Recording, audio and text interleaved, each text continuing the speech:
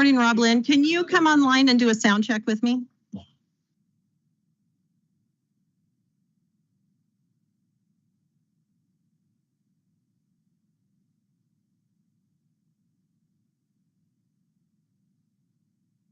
Jill, do you need some time to get going?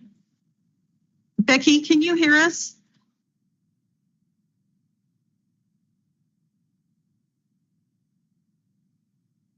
Michelle, this is Dallas. We can hear you well. Perfect. Thank you so much.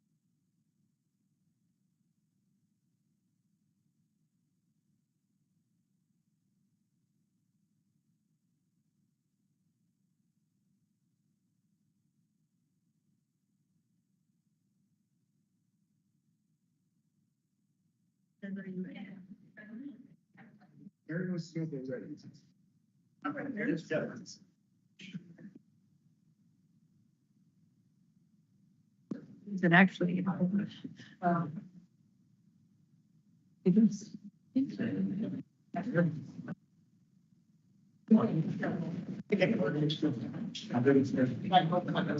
Oh, okay. I bet they'll hear us start.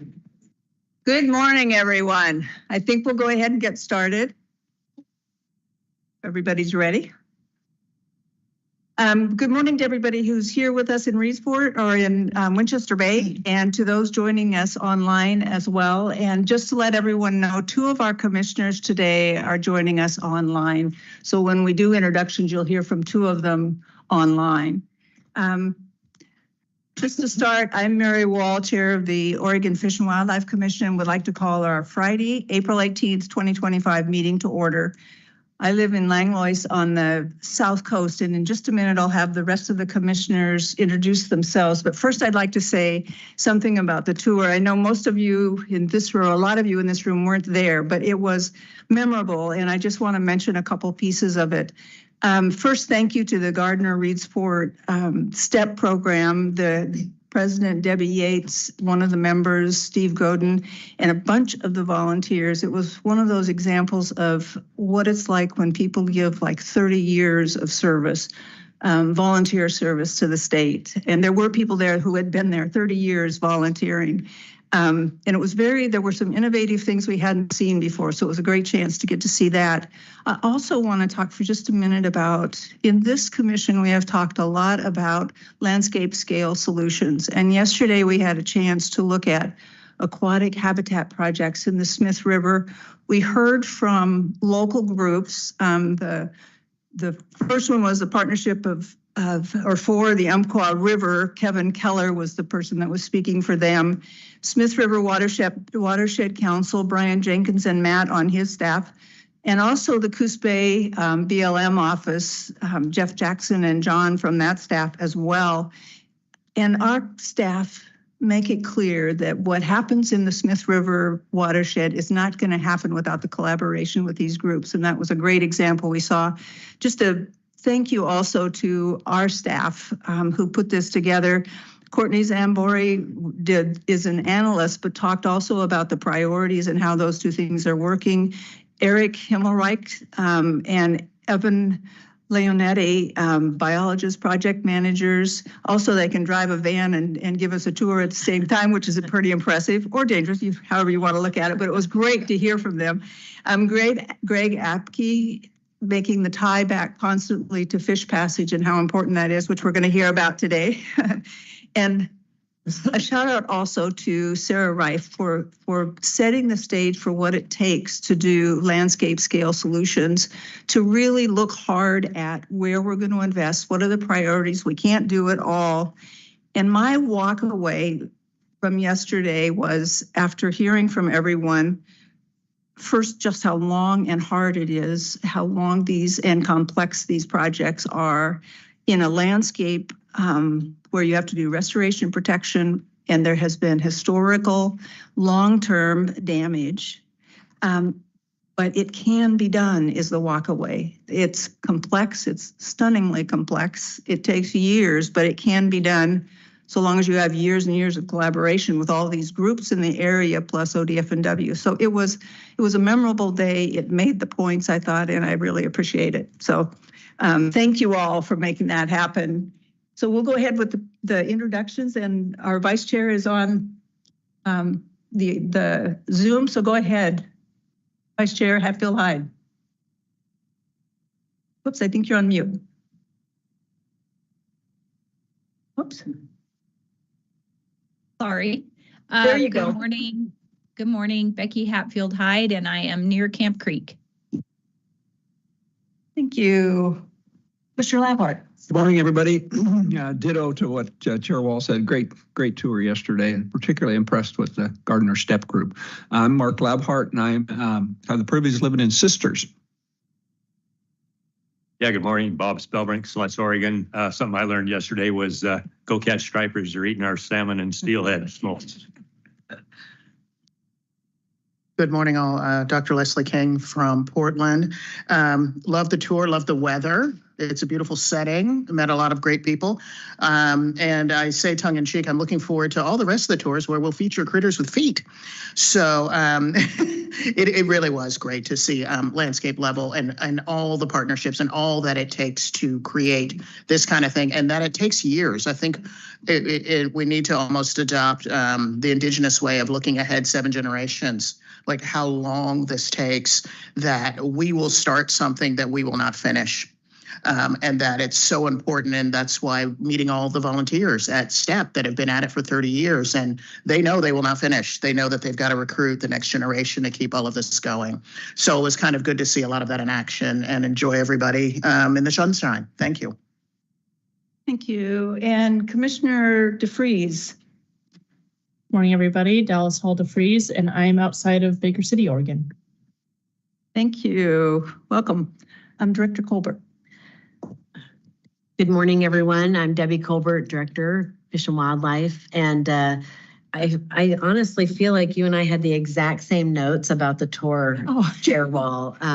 If I could just say ditto as well. And also just say that I really hope that you're seeing the agency be responsive to what you've asked for in terms of connecting the dots to these landscape scale issues. And some of the challenges at doing things at scale. So I really appreciate our staff and all the partners that were involved yesterday. Great. Thank you.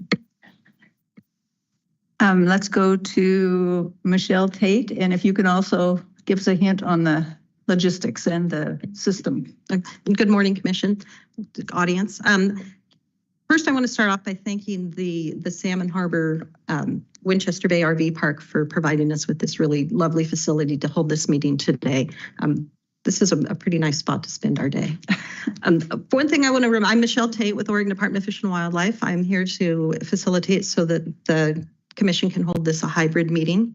One thing I want to remind folks, because we haven't used this system since back in, I think, September, we can only have a max of 3 microphones turned on at a time. The red light indicates that your microphone is hot. We've got minimal folks online, so I think that that's going to go nice and smooth today. So thank you.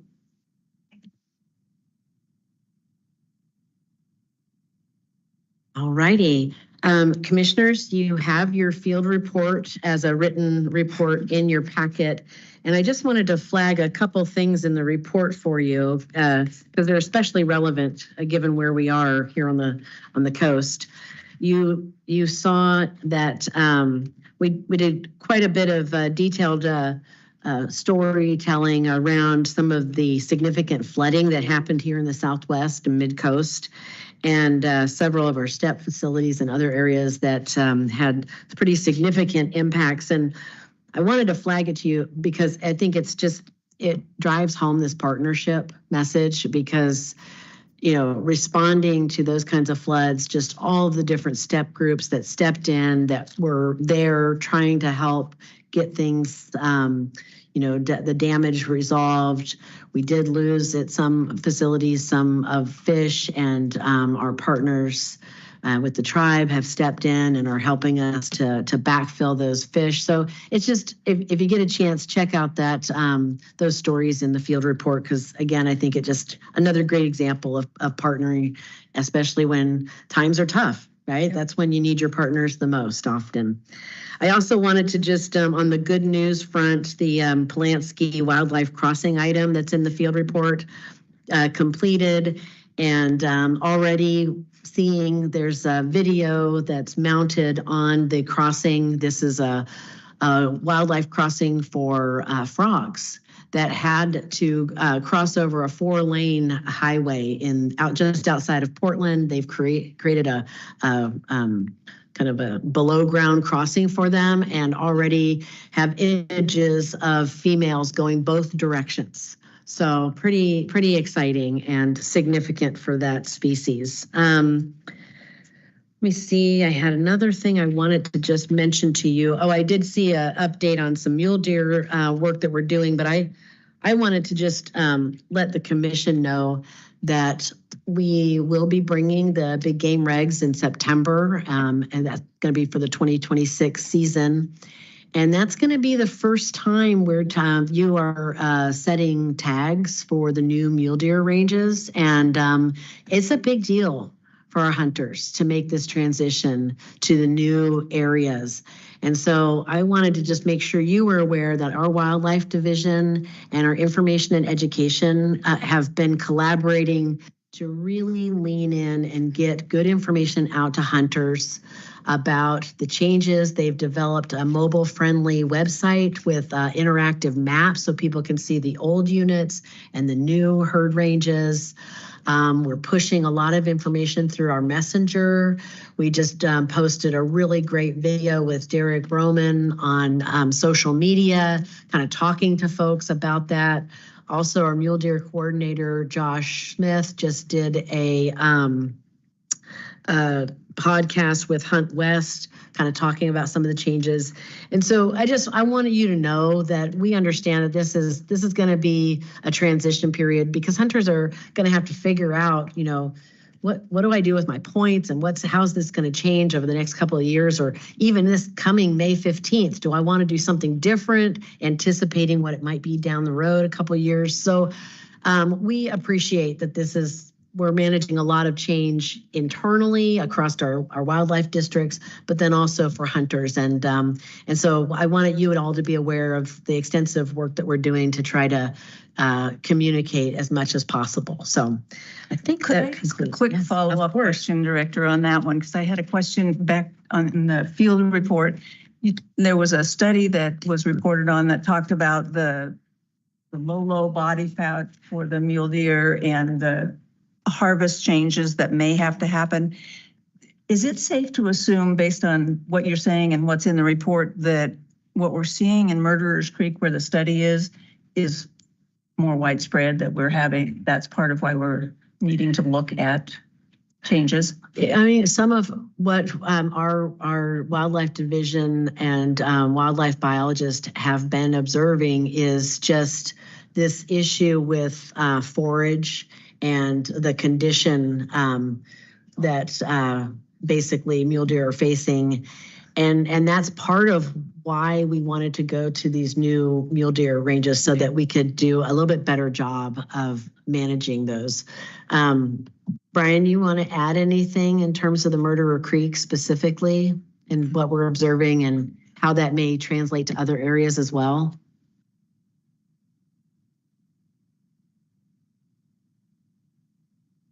Thank you, Chair Wall, Vice Chair Hatfield-Hyde, members of the commission, Director Colbert.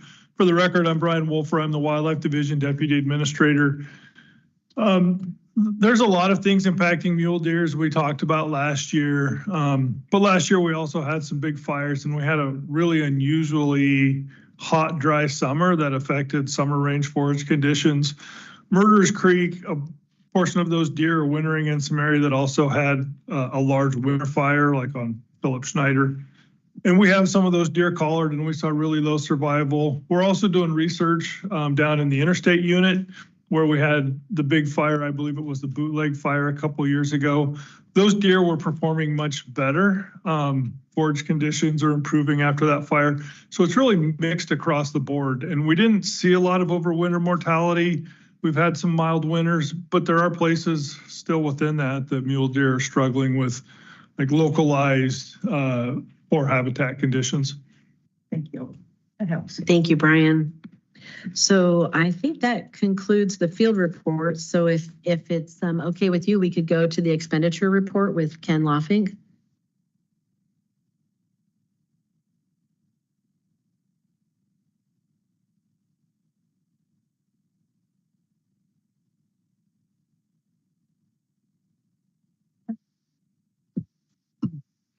Good morning, Chair Wall, Vice Chair Hatfield-Hyde, Commissioners, and Director Colbert. For the record, Ken Loffing, Chief Operating Officer for the Oregon Department of Fish and Wildlife.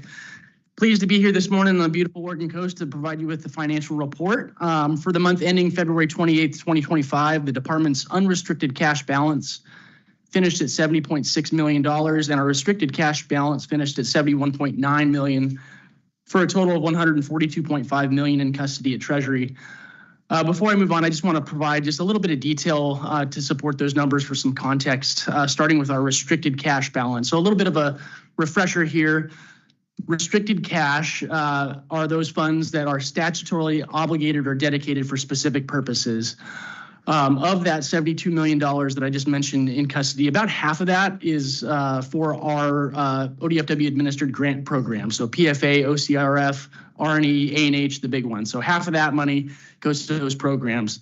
The other half is funds a smattering of other programs, the biggest one being our commercial fish fund that funds marine Columbia rivers. And they do support some agency salary and operations. I think I mentioned before that for unrestricted cash, our agency monthly operating costs are about 14 or 15 million.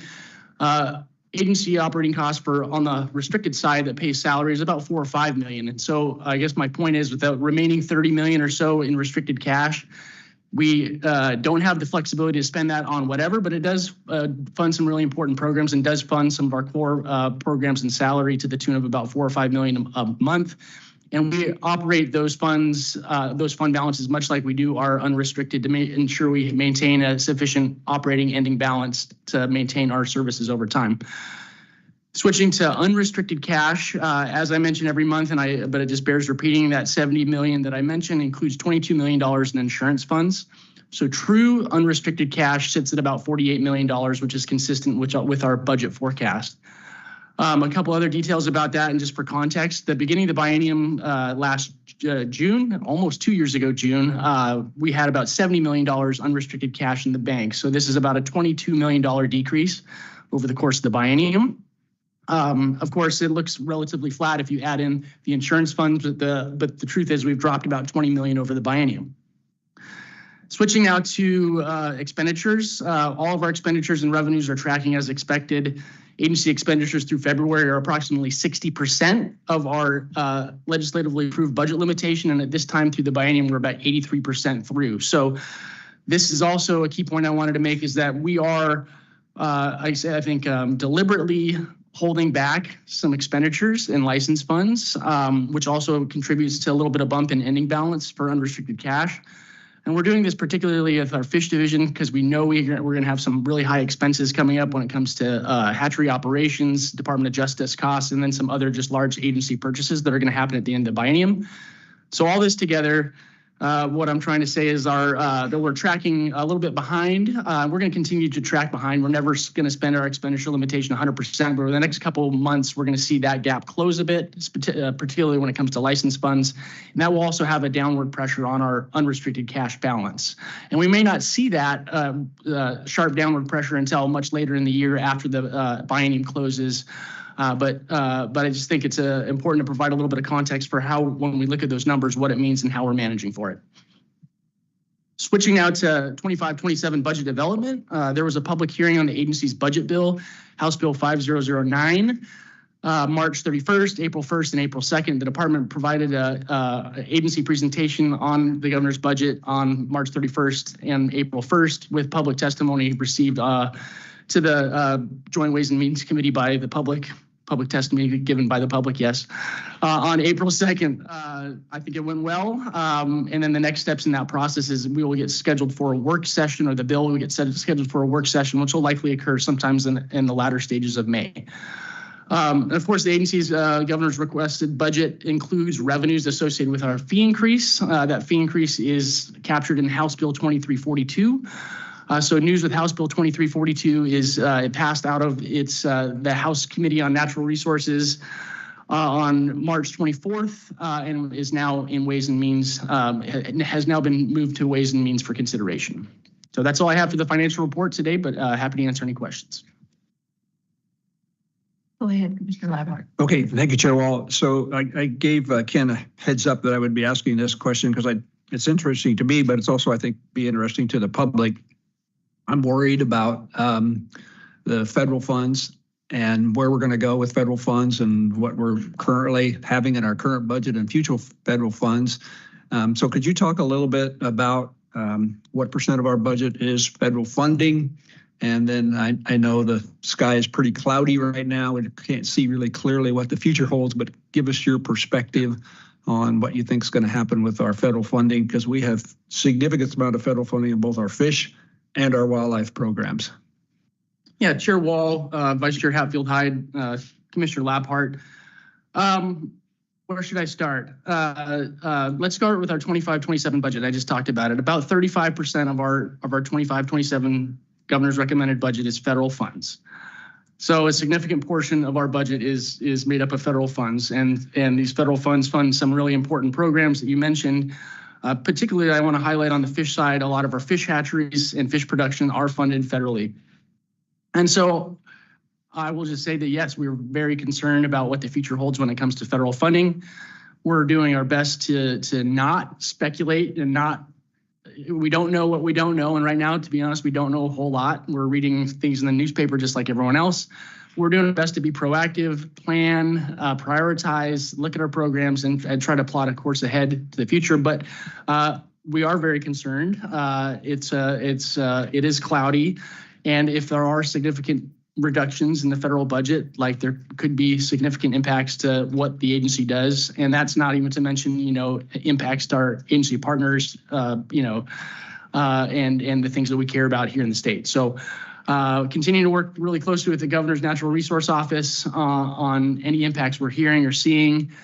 And then just, again, trying to do our best to be strategic and proactive about it with just, I guess, highlighting the uncertainty.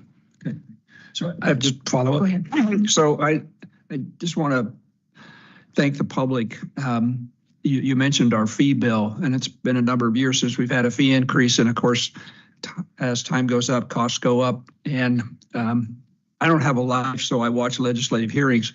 So it was very enheartening to me to see the user groups come forward unanimously and support the fee increase for the agency. That was huge. And I know it's tough on some pocketbooks, but when I see that we must have done a good job in order for the user groups, that the fishing groups and the hunting groups and the environmental groups and the conservation groups, all of them that did testify before Ways and Means Subcommittee in support of that fee increase. So it sends a pretty clear message. I think that while we still have issues, it's strong support for the agency and for the funding increase. And that was key in our budget for the future. If we wouldn't have got that fee increase, and we still don't have it because it's still got to go through Ways and Means, as you said, and that's probably going to come out in May or June. So just a huge thank you to the public out there that supported that fee increase. It's a major thing for our agency. So just a comment. Thank you. Great comment. Commissioner. Thank you, Chair Wall. And I agree. Thank you, Commissioner Labhart. I was going to mention the fee increase, and I was going to use that as the segue. And thank you, Ken. You're Kenneth when we talk about the budget. So thank you, Kenneth.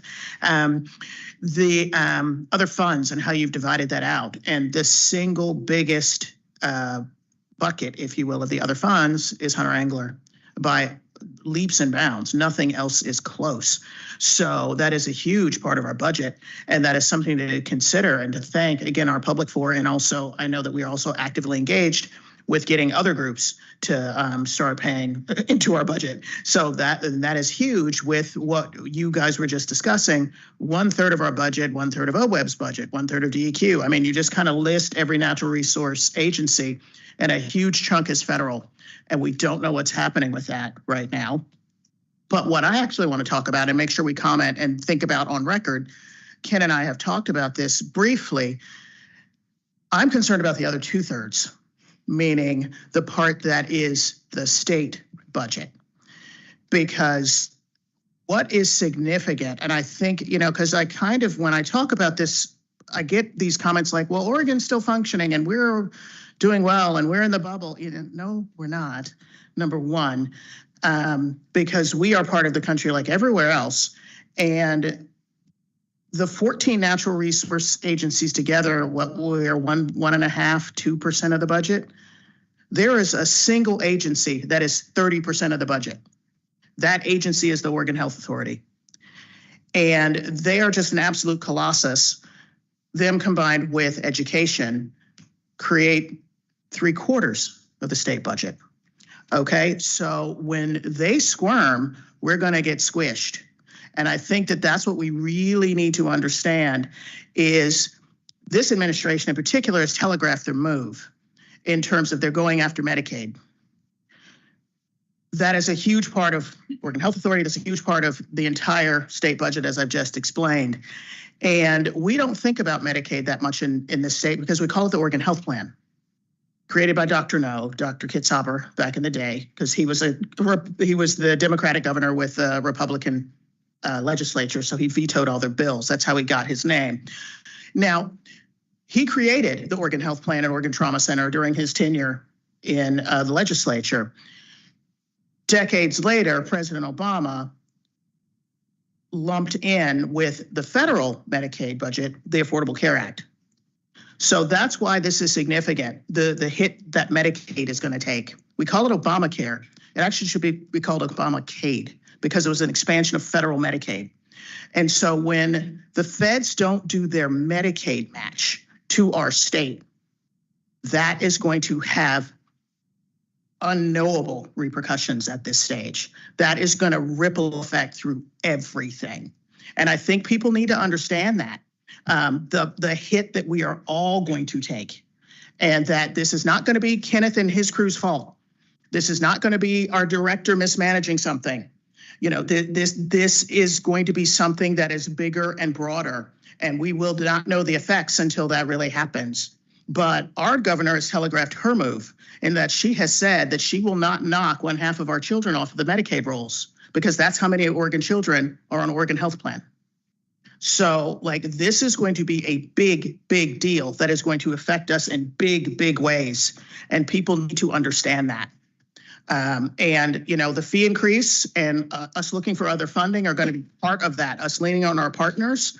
But when we say stuff like we've got to shut hatcheries because we can't afford them, that's going to be very, very real. Because if the feds cut their bits and then the state cuts their bits, where does that leave us? So I just want to say this on record, because we will know more in May, because that federal budget is July 1 to June 30. So we'll start to know in May about what we're going to have to start to maneuver and do. But I think we need to understand that this is going to be significant. This might be something that we don't really recognize. It's something we may not have seen in our lifetime. You know, I'm not trying to scare people, or, you know, this is not hyper spin. This is very real. And I think very few people understand it, but we need to. Thank you. I don't see a hand up from the other commissioners. I just want to mention one thing, and it's not actually a question, Ken, so much as, well, first of all, I don't usually disagree with Commissioner Labhart, but I don't want to admit that I don't have a life just because I watch our hearings. But they are worth watching to see what the public is saying about our bills, and especially about our fees and our programs. So it's worth it. The one that is getting a little bit less attention this time that I'm particularly concerned about, and I'm not asking you to try to answer this one because we're all just guessing, but we're in the process of doing the State Wildlife Action Plan update. We've been waiting for this for a long time. We, like the rest of the world, are experiencing pieces of an extinction crisis, and our wildlife and habitat work, we're looking for some help in the, you know, some fee increase there, and just want to mention it as we are watching all of these play out. That's a very big deal for this agency, and we're doing this great work on the SWAP, the action plan, and trying to figure out how to make sure that stays viable. So just want to mention it. So let you off the hook, though, in terms of trying to answer that, because I don't know what you would say unless you have. No, I was ready to move on if you are. Thank you so much, Ken. All right, so next up, we have the Climate and Ocean Change Policy Report, and we have Sarah Reif, the Acting Deputy Director of Fish and Wildlife Programs, and Mark Trenholm from the Wild Salmon Center. So we'll hand it off to them. Yay. Okay. Thank you, Director Colbert, Chair Wall, Vice Chair Hatfield-Hyde, members of the Commission, good morning. I am Sarah Reif, the Acting Deputy Director of Programs here at ODFW. Appreciate being here to present the climate report to you again. And we're continuing with our theme for the climate reports this year of how we prioritize the landscape, and so that we can be most effective at achieving conservation and resiliency, right? So that's been the focus for us so far. And you'll remember at your last meeting, when we were presenting on the aquatic habitat prioritization tool, a question was raised about how do you take a desktop tool like that functions at the 10,000 foot elevation scale and transition that to coordinated work on the ground. And that's actually a great segue, because what we have for you today is a presentation from one of our partners. We have Mark Trenholm here from the Wild Salmon Center, and he's going to describe the role that strategic action plans, SAPs, strategic action plans can play in bridging that gap between 10,000 foot level prioritizations and on the ground work. And Mark will be talking about the extensive work that Wild Salmon Center, as well as partners, including ODFW, have been doing to build these strategic action plans for several watersheds in the name of coast coho recovery. You may have heard some discussion on the tour yesterday as well about strategic action plans. So I really think this is well timed, and just appreciate Mark being here and traveling to be here with us today to give us this presentation. So I'll pass it over to Mark. Okay, thank you, Sarah. Commissioner Wall, members of the commission, I see some familiar faces that I haven't seen for a while after my 10 years or so on the Oregon coast. Nice to see you all again. I appreciate the opportunity to present to you today. And I have to apologize if my attention is periodically diverted as the TV is over there that's got my slideshow on it. So while I'd like to maintain eye contact, I think I'll be shooting over there a little bit. So as Sarah said, what I'm going to be talking to you about today are strategic action plans and this is my advancer, isn't it? Jumped ahead a little. Oh, that's okay. So what I'll be talking about today is a partnership called the Coast Coho Partnership and Strategic Action Plans. And I'm very glad that you saw yesterday that I think will illustrate the work that we've done. And also the conversation I think that I've heard this morning. We share several of the same concerns. The ground is shifting under our feet right now. And I think it underscores the need for partnerships between the NGO community and the state, and especially state leadership. So again, very pleased to have this opportunity to talk to you today. So a bit about Wild Salmon Center before I jump in. So Wild Salmon Center is a Portland-based nonprofit, relatively small. We have 45 staff, give or take. And what we focus on are what we call salmon strongholds. And these are the most productive wild salmon ecosystems around the Pacific Rim. And this is the map of places we work. We are always excited to really dive deep into the Oregon coast. It's right in our backyard, and it maintains some of the healthiest, most intact wild salmon habitats south of British Columbia. So today, what I want to run through is the Oregon, the Coast Coho Partnership, and specifically these strategic action plans. And I'll start out by saying very broadly that these strategic action plans, I think the strength and the power of them is being able to take planning that has been done at 30,000 feet or above and really bring it down to the community. And I'm going to talk about that. And the potency, the efficacy that this has in really mobilizing stakeholders to engage and also getting funding to support the work. So I'll talk a little bit about that, and then I'll talk about the status of the partnership, the SAPs, and where we're heading next. So a little bit of background, just to orient you all on Oregon Coast Coho. The Oregon Department of Fish and Wildlife has divided up the coast into 4 stratum, as they call it. These have 21 independent populations. Before European settlement, they estimate roughly 3 million coho were coming back to this geography. It's just a staggering figure. So it is a phenomenally productive wild salmon ecosystem on the Oregon coast. Over time, as a result of habitat impacts and hatchery proliferation and harvest management, what we saw is a gradual collapse since the 50s, where we had almost 1 million fish. Over the 40 years or so, we saw a very rapid decline, which led to the federal listing under the Endangered Species Act of Coast Coho in the mid-90s. Now, there's a long legal history that then followed that listing, but ultimately, the federal government, after it bottomed out around that several million went down to 24,000, the federal government established the Federal Recovery Plan.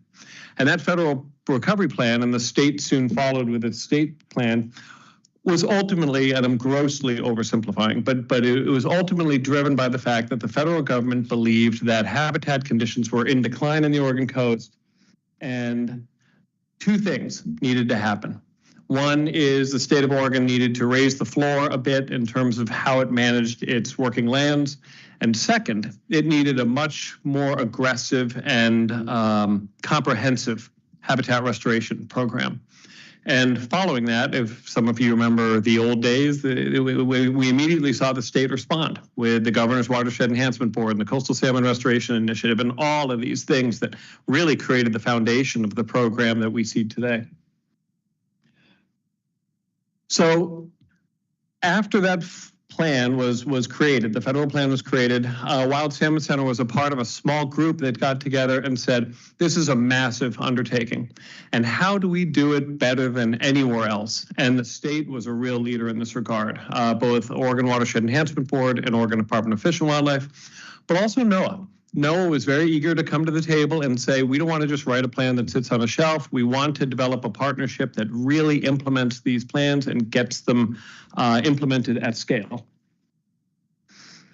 So they immediately recognized, and I'm not going to read all of these off, but they immediately recognized that to implement a plan of this magnitude, there are a whole number of challenges that needed to be met that local partners deal with. And I suspect most of you won't be surprised to see these. But first and foremost, and I suspect you saw it yesterday, these watershed councils, SWCDs, land trusts, these local partnerships, they're really small relative to the scale of the geography and the scale of the problems that they're dealing with. Project selection, as a result of that, was often driven by priorities outside of salmon. There's a lot of local interest in using salmon money for all sorts of economic development purposes locally. Local plans would often propose a whole long laundry list of stuff that you could do to implement this recovery plan. And I always like the saying, if you've prioritized everything, you've prioritized nothing. And frankly, we've seen that in a lot of planning processes. This led to scattershot implementation, and ultimately the parent of all these challenges is really a lack of sufficient funding. So meanwhile, the group that pulled together after the recovery plan also recognized that they were dealing with the results of all of these challenges. And first and foremost, both the state and the federal governments were having a really hard time showing cumulative impact. We're making all these investments across the landscape. What does it add up to? Where are we actually seeing the needle move?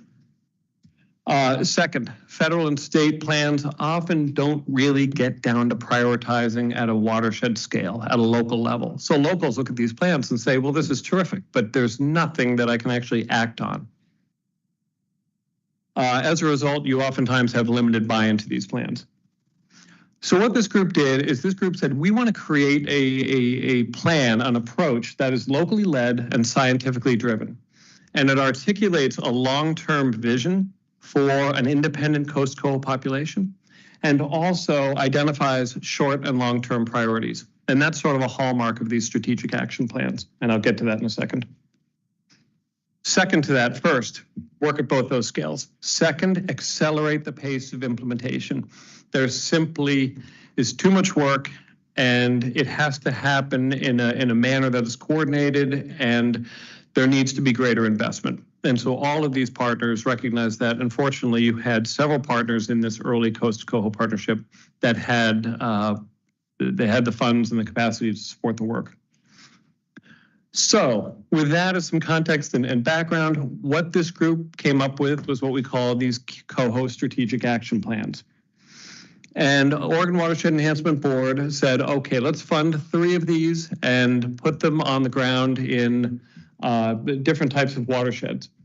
And so what we did, Wild Salmon Center managed and administered this process. We circulated letters of interest to all the coastal partners, and we landed on 3 watersheds. And these were the Siuslaw, the Nehalem, and the Elk.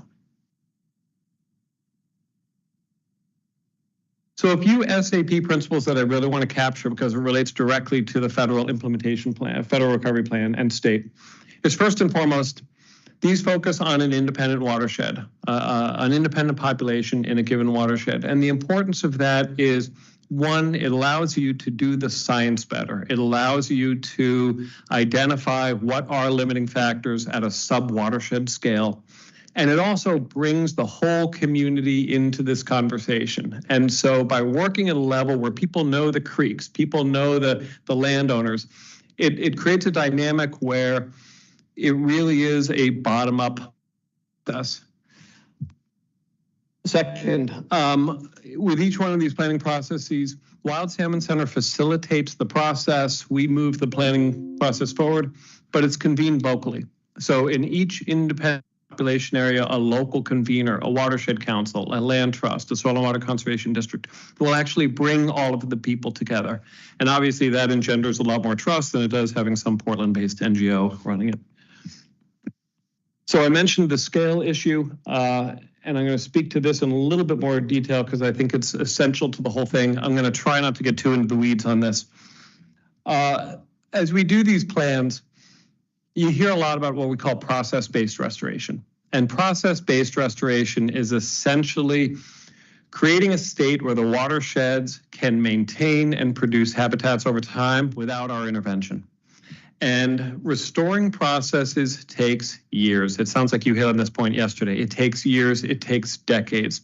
We've been here for the last 150 years, give or take, impacting these watersheds. And we are not going to return these processes to where they were overnight. In many cases, we're not going to return these processes at all, but we can certainly restore them to a point where populations are viable again. So I want to describe what I mean by processes. I can do a 100-slide presentation on this, but I'll just boil it down to this one thing. When we talk about process, we're talking about things like rivers connecting to their floodplains, right? So when you have high water come up, those rivers don't get channelized and shot down into the estuary. They're spilling over into the floodplains. And these are incredibly important coho habitats that have been lost up and down on the Oregon coast. Longitudinal connectivity. We have barriers where fish can no longer migrate up tributaries or down tributaries as a result of dams and blocked culverts. Riparian function. Riparian zones, as we all know, the stream-side vegetation is essential to maintaining water quality, to providing large wood to the streams. In order to restore those functions, there's a whole number of projects you go through. And this is where we get really into the meat of the SAP, because the federal and state recovery plans will call out these functions. We need to fix X, Y, and Z. It is the job of these strategic action plans to say, here's how we're going to do it, and here's where we're going to do it. We are going to do the following projects in the following locations. And so there's a list of the types of projects that restore the function. So I'm definitely not going to go through the entire SAP process. I have them rolling in the aisles, though, when I talk methods for an hour. So if anyone wants to be part of the next presentation. But basically, I want to flag two pieces to this conversation. And as others embark on an SAP, I would encourage this approach. Part one is really the science. What do we need to do where? What is the science telling us needs to be restored? What's going to have the greatest impact? The second piece is the social piece. Okay, what can we do? What can we get permitted? What can we get funded? What will the landowners support? So you have this, okay, we can present the perfect, which would be a map like this. This is out of Rock Creek up in the Nehalem. This is essentially a map of all the functions we want to restore and the places we want to do it. And I call this the roadmap. This is where we want to be in Rock Creek up in the Nehalem in 30 years. But then you overlay, how do we do it? And this is the piece of the SAP that's the 5-year action plan. So every one of these strategic action plans has a long list of projects and an implementation schedule and a cost structure. And you saw the big map a second ago. So here's the stuff we can do in the next 5 years. And this, and I'm distilling down literally years of process into one slide, but this is the power of these SAPs, is that you have taken the science at this scale, laid out the 30-year roadmap, and you've said, here's what we're going to do in the next 5 years to start us down this road. The next step in that is to go out and get the money. And that has been the function of this Coast Coho partnership. So what we've really tried to do here is go back to that initial challenge we identified as trying to accelerate implementation and do it in a way that's coordinated. So these strategic action plans, OWEB has really created an impressive sort of construct for how you do these. We've sort of modified that for the Oregon coast. But two of our SAP areas, the Siuslaw and the Coos, have leveraged the SAPs that we wrote to get $23 million worth of FIPs. That's the type of investment that can really accelerate implementation. Wild Salmon Center has also gone out and acquired a lot of federal money. So right now we have another roughly 10 million pending, fingers crossed with things being what they are with the federal administration. But we've raised 18.2 million. All of this money has gone into local partners, into local watershed councils, local SWCDs, et cetera. That doesn't include the wealth of OWEB and other just specific project grants. So I think we've succeeded in really accelerating investment in restoration in the Oregon coast. And I'm not going to walk through each one of these outcomes, but we have seen outcomes on the ground, which leads us to believe that we are having the intended impact. So this is a quick map of the SAPs, where we have done them and where they are underway. I think in the interest of time, I won't go into details on that. But basically, we have a lot of coverage. That's the next slide. So I will wrap up here, and I want to frame kind of next steps around this quote, which is out of a document from NOAA. And that is, in 2024, in a report, NOAA said, out of 28 salmonids listed under the Endangered Species Act on the West Coast, threatened Oregon Coast coho salmon is one of the closest to recovery. We have never recovered, we collectively in the salmon conservation community have never recovered an ESU. We've never recovered a salmon, a run. Oregon's got the chance to be the first, and Oregon coast is ripe for recovery and ripe for delisting, Oregon coast coho. So next steps, how are we going to get there? So first, we're going to keep writing these SAPs. We're going to keep working with these local communities. We're going to keep facilitating these plans, and we're going to keep working with the federal and state governments to get them funded. That's the graph that I thought I had in the previous slide, but this is just an indication of all the independent coho populations and their relative size. We have done SAPs or are doing SAPs for all the ones in blue, and all the ones in yellow are to be completed. I won't go through all those. So next step, really, I think what we would like to see now as we continue to do the work of implementation is really initiate a conversation with the state and with the federal agencies about what does the delisting look like. There are still things that have to happen on the ground in order for us to get there, but I think it's time to really begin the conversation about what does delisting look like? How do we get there? What are the steps? Along with that, one of the key pieces of this from a funding standpoint, and I realize the commission's hands are somewhat limited, I cannot underscore the value of ODF&W and ODF&W field staff in these SAPs. They have been incredible, and these SAPs have ODF&W sort of DNA all over them. There's one of the things we really tried to do is really take all of the knowledge of the local field staff and distill them down into the SAPs. And so it's really collected decades of knowledge of these coastal ecosystems. Those positions are always vulnerable. And I can't tell this commission how important those are to these SAPs and to these communities. Second, monitoring. I know the monitoring budget is being cut right now.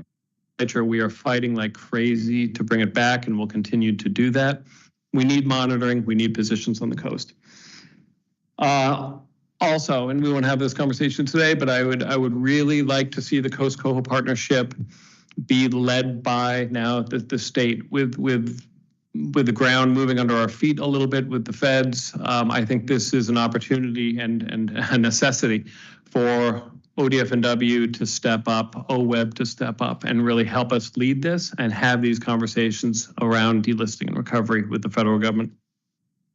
Lastly, I just have to make a note real quick. We have several habitat conservation plans moving forward. These are over with the Board of Forestry, of course, not this commission, but these HCPs, these habitat conservation plans, are now under some threat as a result of potential federal funding issues. We also want to work with this commission to make sure that the feds support and move these HCPs forward. And I think that's something that this commission may be able to help us voice to the federal government. And with that, I'll probably apologize to Sarah for going 3 minutes too long, but that's my overview. Thank you all. Thank you, Mark. I appreciate that. I'll just put a bookend on it and just say, you know, what I really appreciate about these strategic action plans is that they provide a blueprint for ODFW and for partners to all pull in the same direction. I can really appreciate how long it takes to develop these, but once they're developed, you have something to work with on the ground and to implement things that projects that sort of accumulate into a landscape scale benefit. And I think OWEB has been instrumental, but I think these strategic action plans are useful for other grants and other funding types. I think they're useful beyond fish. I think that we're seeing some, it may be through the OWEB focused investment partnership requirements, but we are seeing some strategic action plans be done for like sage grouse over in Eastern Oregon. And so they have this broader utility and applicability that I think we should look at as a model. For work planning, budget planning, and both aquatic and terrestrial systems. So with that, I'll conclude and just thank Mark for the great presentation. Perfect, and thanks for taking the time to join us today. So we'll take any questions if y'all have any. Bye. Yeah, thank you, Chair Wall. Yeah, great presentation. Appreciate it, and it's really important what we can do. We need to do our part, but then also, it's really important what we see in the environmental conditions. And, what we see outside here right now is really good for salmon. That spring transition, when it takes place, in April, May, like it's doing now when things switch from southerly to northwest currents, winds, all that. It's really healthy for salmon, for ocean conditions. And, you know, I'm a guy that made a living from harvesting ocean resources. So I know how important it is for crab, for salmon, everything. When this northwest transition takes place, a spring transition like it is now is really important. So it's really good to see this happen in conjunction with all the work we've done. So, you know, if we can do everything in here. If we don't get help out there, sometimes we're not on certain years, but it's really good. I just wanted to make that observation that what we're seeing now, not only do we like the weather, it's changed here from southerly weather, you know, winter type weather, but it's really good for our ocean resources too. And that includes coho. Here, here. Commissioner King. Thank you, Chair Wall. Thank you for the presentation. This is the segue that everyone knows that I will make, and thank you to all of you who have been attentive in making things like social vulnerability and including that in the maps, including the amazing maps that we saw yesterday that Courtney made for us. We had a great chat afterwards about the Environmental Justice Index, which is related to that social vulnerability index. And I would speak to NOAA in particular. They are now including in their grant criteria community engagement, like for the first time ever. Now, who knows if they will continue that, because as we know, NOAA is under major threat, like literally removing them from the Department of Commerce and putting them in the U.S. Fish and Wildlife and cutting their budget in half and all sorts of craziness that we're reading about. But they are starting to make the connection. The connection that I make all the time is we talk about species, aquatic and terrestrial. You know, my comment, like, you know, there are critters with feet, you know, like these habitat action plans can work for other types of animals out there. They can also work for humans. And are we thinking about, when we write these strategic action plan, the surrounding community that this will benefit and how and why, particularly in a community that is vulnerable, like most of Douglas County? When you look at those social vulnerability maps, it doesn't fare well. I mean, and it's something like, you know, and then they do the rank order about how it relates to the state, you know, and just how impoverished this region is and why. And it's because of the damage that was done to natural resources and therefore the damage that went to jobs and the community and so on.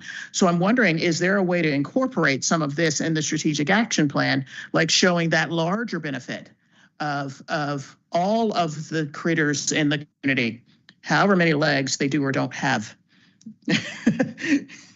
Yeah, Commissioner King, thank you. It's a great question, and we've heard this before. Short answer is we do focus on coho, obviously. We tend not to get into other species, largely because the people in the room don't have expertise in those species. So I think we will speak to impacts to the ecosystem broadly, and when there's a whole actually section in every SAP about why coho. Why coho? Why are we doing this for Chinook or chum or something else? And one of the reasons we do it for coho is the freshwater residency time. So coho are in the freshwater for the entire year. And so they rely on a whole range of habitats throughout the entire watershed. And so our plans find themselves sort of implementing work all over the place. And the reason I point that out is because once you restore function for coho, you have restored function for all of these other critters. So we don't call them out specifically in the plan, but there is sort of a statement that, look, once we restore the functions that I talked about, lateral connectivity, riparian function, longitudinal connectivity, you will benefit beaver, frog, all the way up the sort of list of species. So I guess to follow on, are you stating that clearly? Or is that part of what you're writing it for? Because I agree, like, I mean, you think, okay, you help coho, you focus on them because they're in the water the longest, they're in there for a year.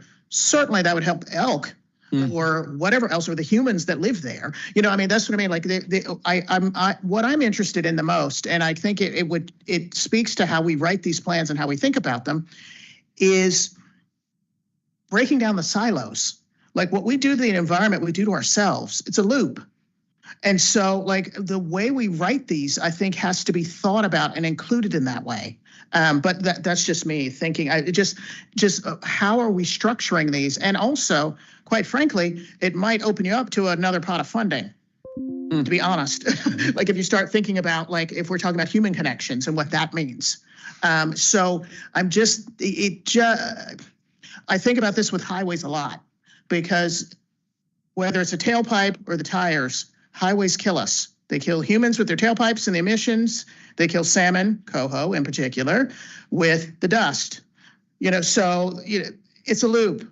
Like we are not separate from our environment. And I just wonder if there's a way that we can incorporate that in these HCPs and SAPs and beyond.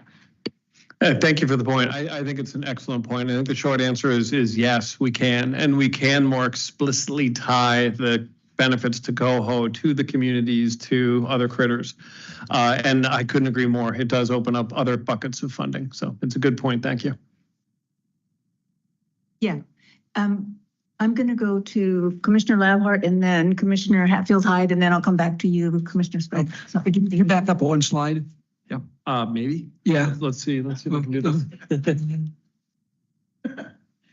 I have a question, and it might be I don't think I have quite the right button, so I think someone in the back might need to do that. Might be for you or might be for Sarah, but while we're talking, Mark and I go way back. I almost called you Tillamook County Commissioner Labhart. Back up one more. Can you back up at all? Oh, yeah, that one's me. So that second one, transition leadership of coastal partnership to the state of Oregon. Yeah. So expand on that more. Who in the state of Oregon do you think, or Sarah, who is it? No, great question, Mark. Thank you for seizing on that, because that's sort of an important message here. And probably, transition leadership too may have been, if I could restate that, I probably would change that slightly. Wild Salmon Center has sort of been leading this effort with tremendous support from the state, from the feds. NIFWIF has been a generous funder in this. We are now moving into a place where the SAP process is well established. We know how to do it. We have been successful in raising funding.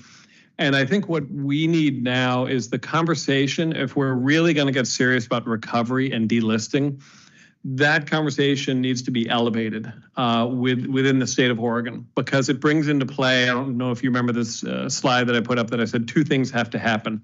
One is the Fed said that we need to raise the bar a bit in terms of how we manage working lands. And there's no question we're doing that through the HCPs, right? Public lands HCPs, the private forest accords. That's happening. And so the state of Oregon has made tremendous steps towards recovery. And if we really want to get serious about this, and if the state of Oregon wants to be the first state to delist a run, we need the leadership of these agencies talking about this and having a conversation with NOAA about how do we actually go about this? What are the mechanics of delisting? Because it's never happened before. While Wild Salmon Center would like to be in the room for that and be a part of the discussion, it's not going to happen seriously without leadership from this commission and other commissions at the state level. And so that's really what I'm looking for is essentially for this commission to identify leadership at the staff level who can engage and begin to bring the community of agencies together around a serious question dedicated to delisting. And I'd be interested, Director and Commissioners, to have that discussion later on. So, okay. Yeah, and I think it's a great point. And I should just mention that we have been talking pretty regularly to NOAA about where do they see a need for shoring up to make sure that when we are ready to hit the go button, there's no doubt that all bases are covered in terms of what they think is going to be necessary to get to delisting. And so we are engaged in those conversations at the staff and level. And I anticipate, depending on where we stand with the federal agencies capacity, we're going to continue to lean into those conversations. And as I told Mark that, when it is delisted, I do think that the state of Oregon deserves to have a really big celebration to recognize that. And I'll add, I appreciate Director Colbert pointing that out, and I wish I had in my comments, because the state has done a great deal. The Oregon Department of Fish and Wildlife has for a long time maintained we should recover and delist. And I know there's been a lot of work towards that. The reason I flag it now is simply because of where we are with the federal government. And I think it's an all hands on deck moment. And so I think the Fish and Wildlife Commission can really help lead us in this direction. Thank you. We have a question from Vice Chair Hatfield-Hyde, and then I'm going to ask you one. Okay. Go ahead, Commissioner. Yeah, I just want to thank you, Mark and Sarah, for bringing this presentation to us today. It's very heartening to see this strategic approach and have have these plans in place that have identified really where we need to target. And I know there's a lot of discouragement. I feel it as well, working in the Klamath on the freezing of some super important federal funds. But I hope we just stay heartened and committed to those, long-term objectives that we know we need to do to get this kind of work done. And so it'd be interesting to me to see how the state could step up more in relation to this, but also using this model, not just for coho, but, other things that are going on that are really critical in Oregon, and just stay focused despite the federal impasse. I know the dollars matter, but if we keep hammering away on how we solve these problems, I think that matters as well. So I so appreciate the presentation, and I am so heartened that we have this run of fish that we're improving. It's pretty impressive. Thank you. Let's go to Mr. Spellbrink, and then I have.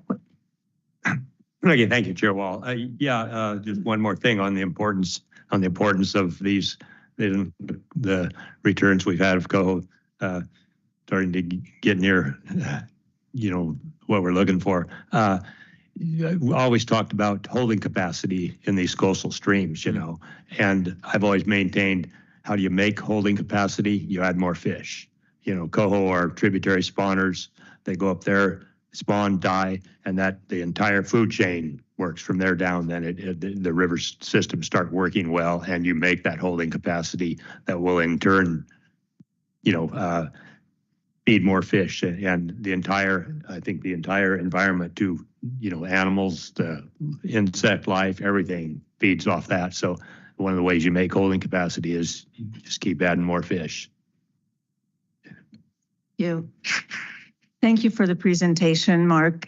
Just so people know, I participated for a lot of months in one of those early SAPs, and it is remarkable for a lot of reasons, all of them that Mark listed, but I want to mention one, and people have heard me say this before, but I've never been in a planning process before that where the group that led the planning stuck around and helped you get the funding to accelerate the pace of to make it actually happen. And it has been a remarkable set of outcomes, that the work is actually happening on the ground because they stayed around to find the money. And I know now that's the whole problem, is finding the money or continuing to find the money. But I do want to mention a couple other things. One is, it was useful to hear but from both of you about what we need to do next, and that's my primary question was going to be, what's next? And you outlined some of those in terms of, if Wild Salmon Center and state agencies were working on this to create the coho partnership, and we are this far and we are actually making headway where we could get there. And you identified some of the things that need to happen. The one that Commissioner Hatfield-Hyde mentioned as well with the Klamath, and you get so close and then the funding disappears, but to keep going because there are some things to do. You mentioned monitoring, and it's critical to this.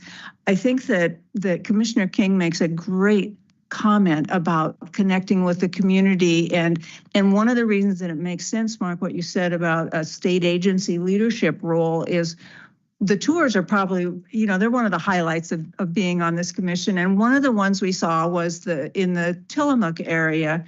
It was that coastal squeeze was sort of talking about what was happening. But the walk away from that one, if you will, was you got to figure out what's going on in the community if you're going to make these happen. And that is a place where ODF&W can play a role and has played a role, I would submit, because that's what, and we saw it to a big extent yesterday, that you have to do that. And I know, Commissioner King, yours is a different take on the community, but at least in that Tillamook area, they were looking at what are those small subdivisions need if they're going to put up with changing the flood regime and that sort of thing. So I think we're looking at those. And so, Mark, my question to you was what you two have already covered, which is what's next and how does our strategy change? And if there's just anything you would add in terms of strategy change that is needed because we are in the condition or the situation we're in, is there anything else we should be thinking about in terms of strategy change going forward? Because this is actually getting us a long way down the road we need to go. So. Commissioner Wall, thank you for the question. It's a really good question, and I've thought quite a bit about it as I was sort of compiling this list. And I would say, I mean, there are always more things we could do, and I can probably point to specific issues and specific needs. But I think right now, what I feel as though there's almost existential threat that I'm feeling. To watershed restoration writ large, because so much of this is federally funded, and our ability to deliver these services at the community level. And so I think the thing that I really am trying to highlight in this presentation is that I think the NGOs and the state are going to be carrying the ball in a way that we never imagined. I even go back to the comments about Medicaid, and I agree with them, right? We are seeing sort of tectonic shifts here in the funding landscape and the governance landscape. And I think what we really need to do, and what I'm eager to do with this commission and the state of Oregon more broadly, is really have conversations about how can the states and the NGO and corporate partners be together in supporting some of these efforts. And I don't know what the model looks like. I just know that the need is going to exist.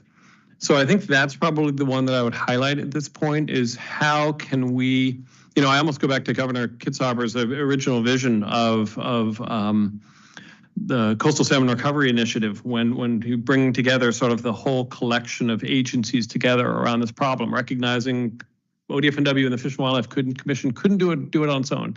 This had to be a statewide effort through the collection of agencies working with local communities.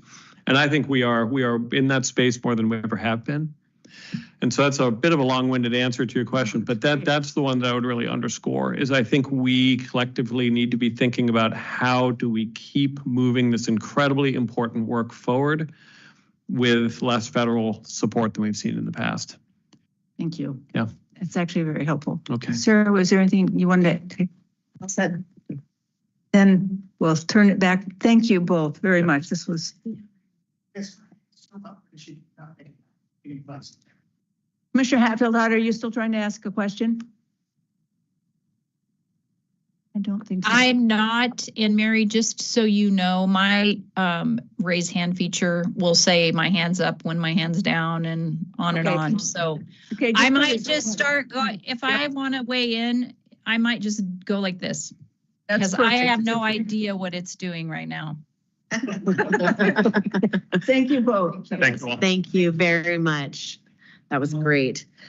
All right, commissioners, next in the director's report, we have this was something that you had requested from the agency. So we've got Justin Ainsworth here. He's our Marine Resource Program Manager, and he's going to give you an update on the crab season safety and whale entanglement conversations that are ongoing. Welcome, Justin. Good morning, Chair Wall, Vice Chair Hatfield-Hyde, Commissioners, and Director Colbert. Yes, I'd like to just provide, thank you for the opportunity here to provide a short update on some work that my staff and I are doing on a number of issues around the commercial Dungeness crab fishery. First, I'd like to talk to you a little bit about the take reduction team. Last March, in our field report, we detailed some of the process for the take reduction team, which is a coast-wide process to address whale entanglements in several commercial fisheries. Last week, the National Fisheries Service announced that they'll be delaying the start of this take reduction team until at least around October or November of this year. They also indicated that they'll be narrowing the scope of the take reduction team, or TRT, to just 2 humpback stocks and approaching the fisheries involved in a phased approach. So they're going to be starting with the federal sablefish pot fishery and then adding state fisheries like our Dungeness crab fishery later on. We'll be working to try to get more clarity on these changes in the next few weeks. We actually have a call next week with National Marine Fisheries Service to go over this change of scope. So as possible, we'll provide updates on this take reduction team. So next, about our conservation plan, provide an update on the status of our work there. First, I just want to highlight some of the late season, some of the measures that this commission has already adopted about risk reduction in whale entanglements. Many of these have already been implemented. These include our late season measures of reducing pots 20% after May 1st, bringing in the crab fishery into 40 fathoms, elimination of the postseason derelict gear recovery. And so these are all measures that have already been implemented. Right now, our conservation plan, we're still drafting it, and we're having bi-weekly meetings, again, with National Marine Fisheries Service, the Office of Protected Resources staff. And we're going through an iterative process. So they're reviewing sections and we're getting it back and we're making changes and going back and forth. And so we're on a timeline that's kind of beholden to that, so that we're getting feedback as we complete each section. That process is going pretty well, but it's kind of a slow process. So we're hoping that we'll get an adequate and complete draft, which is a determination that NMFS makes, and as part of our incidental take permit application. We're hoping to have all of this completed by this summer, and there'll be once that happens, there'll be opportunity for a public review. Our draft conservation plan includes an adaptive management strategy.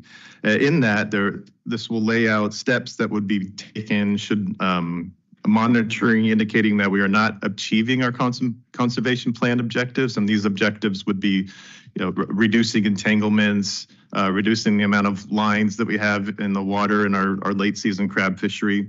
So the adaptive management plan is something that would address if there's entanglement rates are too high, and then we would consult with National Marine Fisheries Service and come up with measures that we feel we could employ into the Dungeness crab fishery to reduce the risk of whale entanglements. So these would be, a lot of the measures that we've already taken in place, but maybe to a larger degree. So, maybe further reductions in lines in the water, perhaps an early season closure, and further depth restrictions. So these are part of our adaptive management plan. That's part of the conservation plan. So, and furthermore, given the elevated levels of entanglements that we saw in 2024, plus this year we had another entanglement in the crab fishery in January of a humpback whale. We're also considering options for an interim adaptive management strategy that if we do see some more entanglements that, and we feel that there's an effective way that we could reduce any further entanglements, we may have to take action even before this adaptive management plan and our conservation plan are approved. So we're paying very close attention to that. Third update that I want to provide you, just shooting these at you real quick. So is about pop-up gear. And this is, we have had comments. This commission has heard from Ben Entiknap and Francine Kershaw. They're from Oceana and Natural Resources Defense Council, respectively. And they've asked this commission and our staff to look into pop-up gear. And there currently, just for a little bit of background, there currently is a program in California that for the last 2 years where there has been use of pop-up gear. It's also called ropeless gear in the Dungeness crab fishery. In California, they're coupling it with a long line then stringing together 10 pots in one line, and then the pop-up gear, which is triggered with an acoustic trigger release and pops up the buoy so that the whole time the pots are fishing, there's no vertical line. And they're employing this in California in areas that are otherwise closed to the fishery because of the high risk of whale entanglements in certain areas in Central California. From all indications, that has been a successful program in California. And so we're learning more about that. And what we're planning to do this summer is working with Ben and Francine and also with Oregon Sea Grant, Amanda Gladix, is to hold a workshop in Astoria. We haven't picked the time or place yet, but we're working on that. So we're having planning meetings, and what we'll do with this workshop is bring a fisherman from California to Oregon, so fishermen and can learn how the gear works. And so, and also, so we can learn how the gear works too. So we have a lot to learn. We brought this up at our recent Entanglement Advisory Committee meeting. We held it it was 2 weeks ago today. So we discussed this workshop to help formulate an agenda, and we heard a lot of from our advisors about how pop-up gear could work in Oregon. We heard about a number of concerns. Does it work in Oregon's intense storms and currents that we have here? How do we mitigate for gear conflicts? Because other fishermen don't know where your gear is when it's out there. So not just other crabbers, but other fishermen that might be salmon trolling or trawling, other things going on. So concerns about that, cost, and how to, if we were to start a program in Oregon, how would participants be selected? So those are kind of questions that we'll have lined up for our workshop that we can learn from California fishermen and also other people more familiar with the gear. So we're planning to hold that this year in the summertime. Our Oregon Entanglement Advisory Committee participants also had some conversation about long lining gear, as I mentioned. So in the case where if you had a long line of, say, 10 crab pots with only one vertical line, effectively you're reducing the amount of vertical lines drastically just by that process. Commissioner Spellrink knows that in the past that the Oregon crab fishery was allowed to use long lines, and currently it's not allowed. So that's also part of the conversation. So we're committed to learning more about the pop-up gear. And then finally, my fourth update is about the crab fishery season opening safety considerations that this commission heard from public comment recently.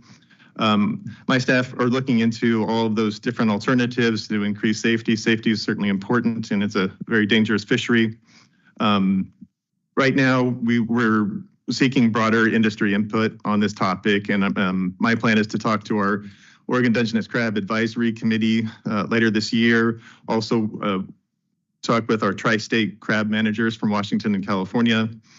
So if in our evaluation we find a proposed change to the season opening process, likely have proposals to this commission next spring or so. Go ahead, Commissioner Labhart, and then Commissioner King. Couple questions. So first one, define for me what you mean by adaptive management strategy. Is that all the tools in the toolbox? Is interim adaptive? Define that for me. What's that look like? Chair Wall, Commissioner Labhart. So the adaptive management plan that's part of our conservation plan means that it's not deterministic. If we get another entanglement, we are going to do this. What it says in our adaptive management plan is that if we see if we see an entanglement that is at a rate that's higher than what our objectives are, then we will have maybe a menu of different things that we could do. So that's the adaptive part. Does it make sense that we delay the season start, or we close the season early, or does it make sense that we bring in the fathom line as far as where the fishery allows? So in consultations with experts in science and National Marine Fisheries Service. So that's the adaptive part. Okay. And I mentioned the interim is because right now the adaptive management plan is not effective. We haven't really finalized it with National Marine Fisheries Service. So I use the term interim to say, well, between now and when that adaptive management plan is fully approved, we might have to, this year even, we've talked about with our Entanglement Advisory Committee meeting, if there's a entanglement advice, or if there's a humpback entanglement before the end of this current crab season, we may need to take action. So does that require a temp rule if we do interims? Yes, Okay, I believe so that would take a temporal. That would be the process then. That would be the process. So I think the workshop's a great idea, but I think you said Astoria, right? So it's over 300 miles to Brookings.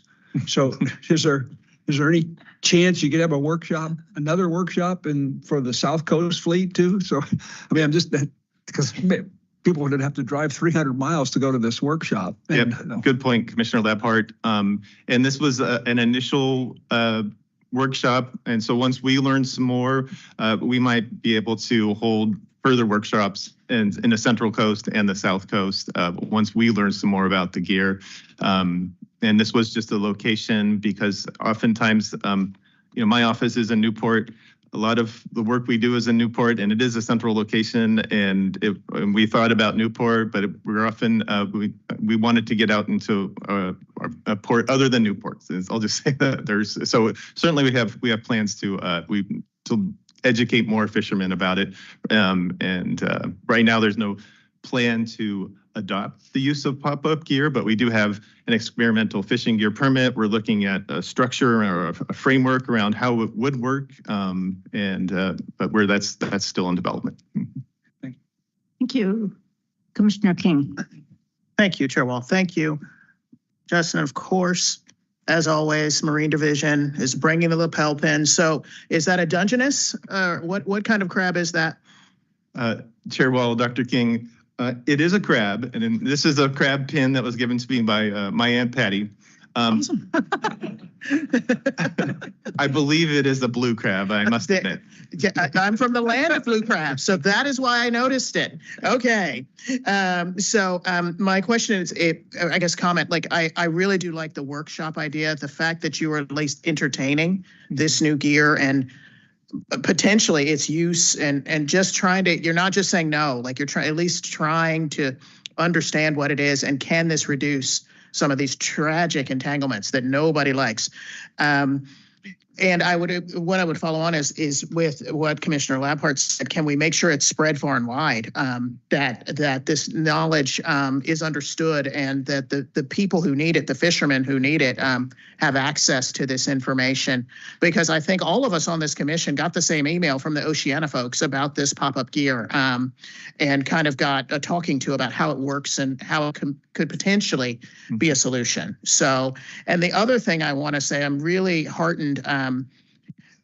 I guess it comes to my core as a doctor, the health and safety, the fact that you are really looking at season adjustments so that like what is already kind of a life-threatening career isn't even worse by the timing of the starts. So what exactly, can you explain what you're doing with that and when would we see a result in terms of like that we're not putting our poor crab fishermen and women in harm's way?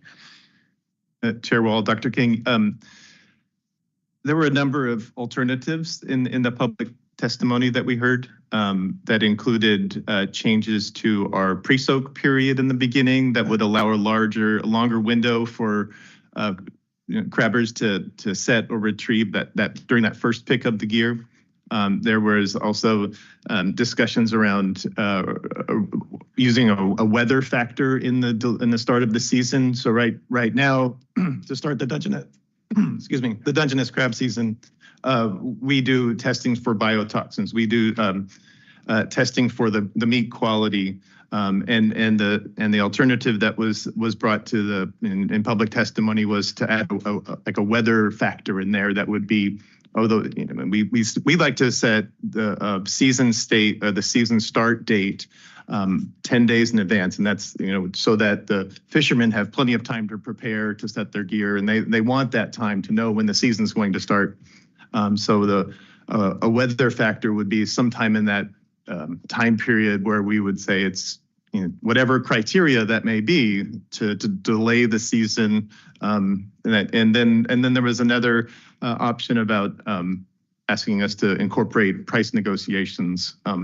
So kind of in order that I just presented would be how I think our opinion at the department would be ones that would be more feasible to less feasible. And when would that start? Like by next season? What are you hoping? So this next season would be December 1st. And I want to get more input from the fleet. And that is something that we would be doing over the next, few months into the fall, whether that be working with our Dungeness Crab Advisory Committee or some meetings along the coast. And so I don't anticipate any rulemaking to be in place before December 1st. And then but I do feel that if we do have a proposal that we would like to push forward, it would be around this time next year. So spring of next year. Thank you. Thank you, Dr. King. You answered the questions that I had before the meeting, so thank you for that. And thank you for a couple things in the way you've gone about this. I really appreciate that you have kept the conversation about the crabber safety connected with the entanglements, because that keeps us the whole picture in front of us, and I appreciate that. And I suspect that the people that are trying to crab also appreciate keeping these together, that we have an adaptive menu, and so that we don't have to, we have the pieces in place that we can use, and then you can talk with Noah or others as these things happen. It was disheartening, to say the least, that we had another entanglement in January, but at least we're working on the approach both for the crabbers and for the whales. And I do also, Commissioner Spellbrink, thank you for your work on this to keep these pieces moving. So I think it's just a thanks at this point. No questions, but anyway, it was great to hear from you, and I appreciate the update. Thank you, Chair Wall. Thank you very much, Justin. Oops, we have a question from Vice Chair Hatfield-Hyde. I'm going to look over here. Thank you. Thank you. Just a quick shout out, as Chair Wall did, to Commissioner Spellbrink. I think he's played a role also in highlighting the safety issue for the crab fleet. And so I thank the department for following up on that. And also, as it relates to the pop-up gear, I think, I think sometimes, we've talked about this quite a bit, and if you can trial it with one fisherman and have that go well, that's a success, right? So, I realize there's costs involved with this, and maybe not funding to do this pop-up gear, but there may be an opportunity. I just think it's really good that we are responding to this in this way. And, one little raindrop will be what makes a difference if we can get it started somehow. So thank you. Thank you. All right. Okay, so I think we're ready to move to the last item under the director's report, which is the annual wolf report. And so we have Brian Wolfer, the Wildlife Division Deputy Administrator, Derek Broman, the Game Program Manager, and Rob Lynn Brown, our Wolf Coordinator, I think is joining us remotely, Michelle? Yes. Okay, great. So we'll hand it off to them. Chair Wall, Vice Chair Hatfield-Hyde, members of the commission, Director Colbert. For the record, I'm Brian Wolfer. I'm the Wildlife Division Deputy Administrator. Today, we're going to give you a little summary of the 2024 Wolf Annual Report, and then we'll give a little bit of an update on the 3 focal areas that the commission asked us to focus on. So we're going to start with Rob Lynn Brown, our Wolf Coordinator, with the annual report, and then it'll jump back to me and Derek Broman, our Game Program Manager. I'm going to let Derek introduce himself now so we get that out of the way. Good morning. For the record, Derek Broman, Game Program Manager. And then we'll kick it right over to Rob Lynn. Okay, thank you, Brian. Can everybody hear me okay? Thumbs up if you can. Okay, thanks. Good morning. Blinn, we'll make sure that the PowerPoint's up.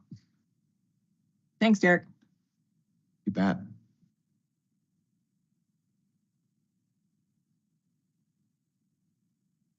confirm that it works. Right on. For the record, I am Rob Lynn Brown. I'm working out of the LeGrand East Region office. I'm appreciative that I was able to save 16 hours of driving by reporting virtually today, but I do miss visiting with you guys in person. This morning, I will present the highlights of the Oregon Wolf Annual Report for 2024.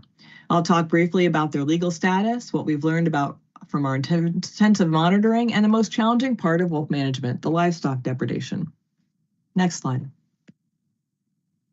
The conservation and management of wolves in Oregon is guided by the Oregon Wolf Conservation and Management Plan. The Wolf Plan was last updated in 2019 and reviewed in 2023. In Oregon, wolves are delisted from the State Endangered Species Act and protected as a special status game mammal. It's illegal to kill them except under certain circumstances. The Wolf Plan continues the three-phased approach to address both conservation and management needs in eastern and western halves of Oregon based on the number of successfully breeding pairs. The red line separates the west and east wolf management zones. The east zone is in phase 3 and will stay in phase 3 as long as there are at least 7 breeding pairs. There are currently 10. The west zone is in phase 1. It takes 4 breeding pairs for 3 consecutive years to meet the conservation objective to move to phase 2. And it takes 7 breeding pairs for 3 consecutive years to meet the minimum management objective and move into phase 3. We documented 7 breeding pairs, this is a big deal, in the west zone during the winter count. So this is the first year that meets both criteria. If at least 7 breeding pairs are documented at the end of 2025 and 2026, the West Wolf Management Zone will move directly into phase 3, skipping phase 2. Next slide, please. During 2024, wolves were and still are listed under the federal ESA for the western 3/4 of the state. That's the gray striped area left of the blue line. ODFW is the face of wolf management across the state, and we implement the wolf plan statewide, but in federally protected areas, the U.S. Fish and Wildlife Service makes decisions about harassment and take. East of the blue line, ODFW makes all management decisions according to the wolf plan. Next slide, please. The statewide 2024 year-end minimum count of wolves in Oregon is 204 individuals. That's a 15% increase over 2023. This annual wolf count is done during the winter after December 31st. The minimum count is known wolves verified through tracks, photographs, or seen on aerial surveys over a 3-month period. There could have been more, but not less than 204 wolves in Oregon at the end of 2024. The minimum count is not an estimate based on a population model. Derek will speak shortly about that future changes to our population monitoring. A pack is defined as 4 or more wolves traveling together during the winter. We located 25 packs at the end of the year. A pack is determined to be a breeding pair if an adult male, adult female, and at least 2 pups survived to December 31st. And we documented 17 breeding pairs in 2023. Next slide, please. This chart shows the increasing annual counts of wolves since 2009 to our highest count ever this year. The wolf population is also expanding their range. This map shows the statewide distribution of Oregon's wolf population. Any area mapped in blue indicates resident wolf territories. Next slide, please. The graph shows the statewide increasing number of packs in orange and the number of breeding pairs in yellow. Next slide, please. We continue to monitor the wolf population intensively so that we can make an accurate count and identify any threats to the population early. We collected over 20,000 wolf location data points in 2024 from photos, surveys, follow-up on public reports, and radio collar data. 23 new radio collars were put on wolves during 2024. 47 radio collared wolves in 23 different groups were monitored during the year. By the end of 2024, we still had functional collars on 28 wolves. That's 14% of the minimum wolf count. Next slide. There were 26 mortalities documented during 2024. All of those deaths were in the east zone. Of the 4 wolf mortalities that were natural or unknown, the cause of death is unknown for 2 wolves that were over 10 years old, is undetermined for the breeding female of 1 pack, and one of her pups died from natural causes. 85% of the wolf mortalities were caused by humans. 1 wolf was killed by a motor vehicle strike. And despite conflict reduction efforts, 11 wolves were lethally removed for chronically depredating, and 3 were killed under Caught in the Act take. OSP is investigating 2 wolves that were shot and 4 that were poisoned during 2024. And U.S. Fish and Wildlife Service law enforcement is investigating the illegal death of 1 wolf in the federally protected area. Officers are actively seeking information about these and other illegally killed wolves. And poaching of all wildlife is unacceptable. And poison doesn't just kill wolves. It kills other wildlife, our hunting dogs, and our pets. We're hopeful that the rewards of up to $50,000 will lead to more convictions, but we need the public's help to protect our shared wildlife and report illegal or suspicious activity. Reports can be made anonymously to the OSP Turn-In Poachers tip line. Next slide, please. The department continues to make depredation management and response a high priority, with the goal to minimize depredation while ensuring the conservation of wolves. This graph shows the number of confirmed depredation events that were wolf-caused in the West and East wolf management zones. Statewide, confirmed depredation events decreased slightly, from 76 to 73. In the West Zone, there were 11 depredations, with 1 pack depredating 5 times. The U.S. Fish and Wildlife Service, USDA Wildlife Services, ODFW, and county compensation committees assisted livestock producers to reduce depredation, and lethal removal is not an option in those areas. In the East Wolf Management Zone, depredation was down slightly after increasing for 3 years. The number of cattle killed decreased by half, but the number of sheep attacked increased and affected producers in 8 different pack areas. Next slide, please. This chart shows depredations in the East Wolf Management Zone in yellow, and in orange the number of wolves that have been lethally removed for chronic depredation, despite trying non-lethals and techniques first. Conflict minimization always starts with deterrence, and a great deal of effort was taken by livestock producers to reduce conflict, with assistance from ODFW, Wildlife Services, and Western Landowners Alliance. It's likely due to those efforts that more than half of the packs did not have any known depredations in 2024. During 2024, removal was authorized in 11 areas with chronically depredating wolves. Those 11 groups were responsible for 3/4 of the confirmed depredation in the zone. 11 wolves were removed from 6 of these groups. Each time ODFW started with incremental removal of wolves, this removal was increased in 1 pack area when depredation continued. Next slide, please. Outreach is key to helping reduce risk to livestock. We continue to share important information about wolves with livestock producers and others on our website. We also send email notifications to nearly 14,000 people signed up to receive wolf updates. Our 5 wolf biologists and local district biologists can share the depredation experiences ranchers have had statewide, since we have seen some issues repeat themselves over and over, like bone piles and carcasses attracting wolves to winter feeding and calving pastures. We share innovation successes that ranchers have thought up to solve their challenges, not telling anyone how to run their ranch, but giving options they might consider that worked for others. We also share information with livestock producers about past wolf movements that can help inform their livestock management decisions. We are most effective when we collaborate with other agencies and groups that are working on the same issues, which Brian will cover in a moment. Compensation is not an ODFW program. The Oregon Department of Agriculture uses funding from the Oregon General Fund and federal grants to provide financial assistance for producers applying through county compensation committees. ODA awarded almost $800,000 to 13 counties in 2024, an increase of about $300,000 from 2023. 61% of that was paid out to livestock producers with preventative tools and actions to reduce wolf livestock conflict. ODA also paid 100% of the value of livestock for claims on confirmed and probable wolf depredations. 21% was paid out by ODA for missing livestock in 2024. And now I'll hand it back over to Derek and Brian. Thank you, Rob Lynn. So if you will recall, when the department completed our 5-year review of the Wolf Conservation and Management Plan, this body asked us to focus on 3 focal areas. One of those was reducing wolf livestock conflict, especially in Northeast Oregon. Second one was to reduce illegal take and poaching. And the third was to improve how we monitor our wolf populations. Next slide. Over the last year, we've put considerable effort into all 3 of these focal areas. Regarding the conflict piece, Couple of things I want to highlight. One, first, the department's really stepped up our partnership with Wildlife Services.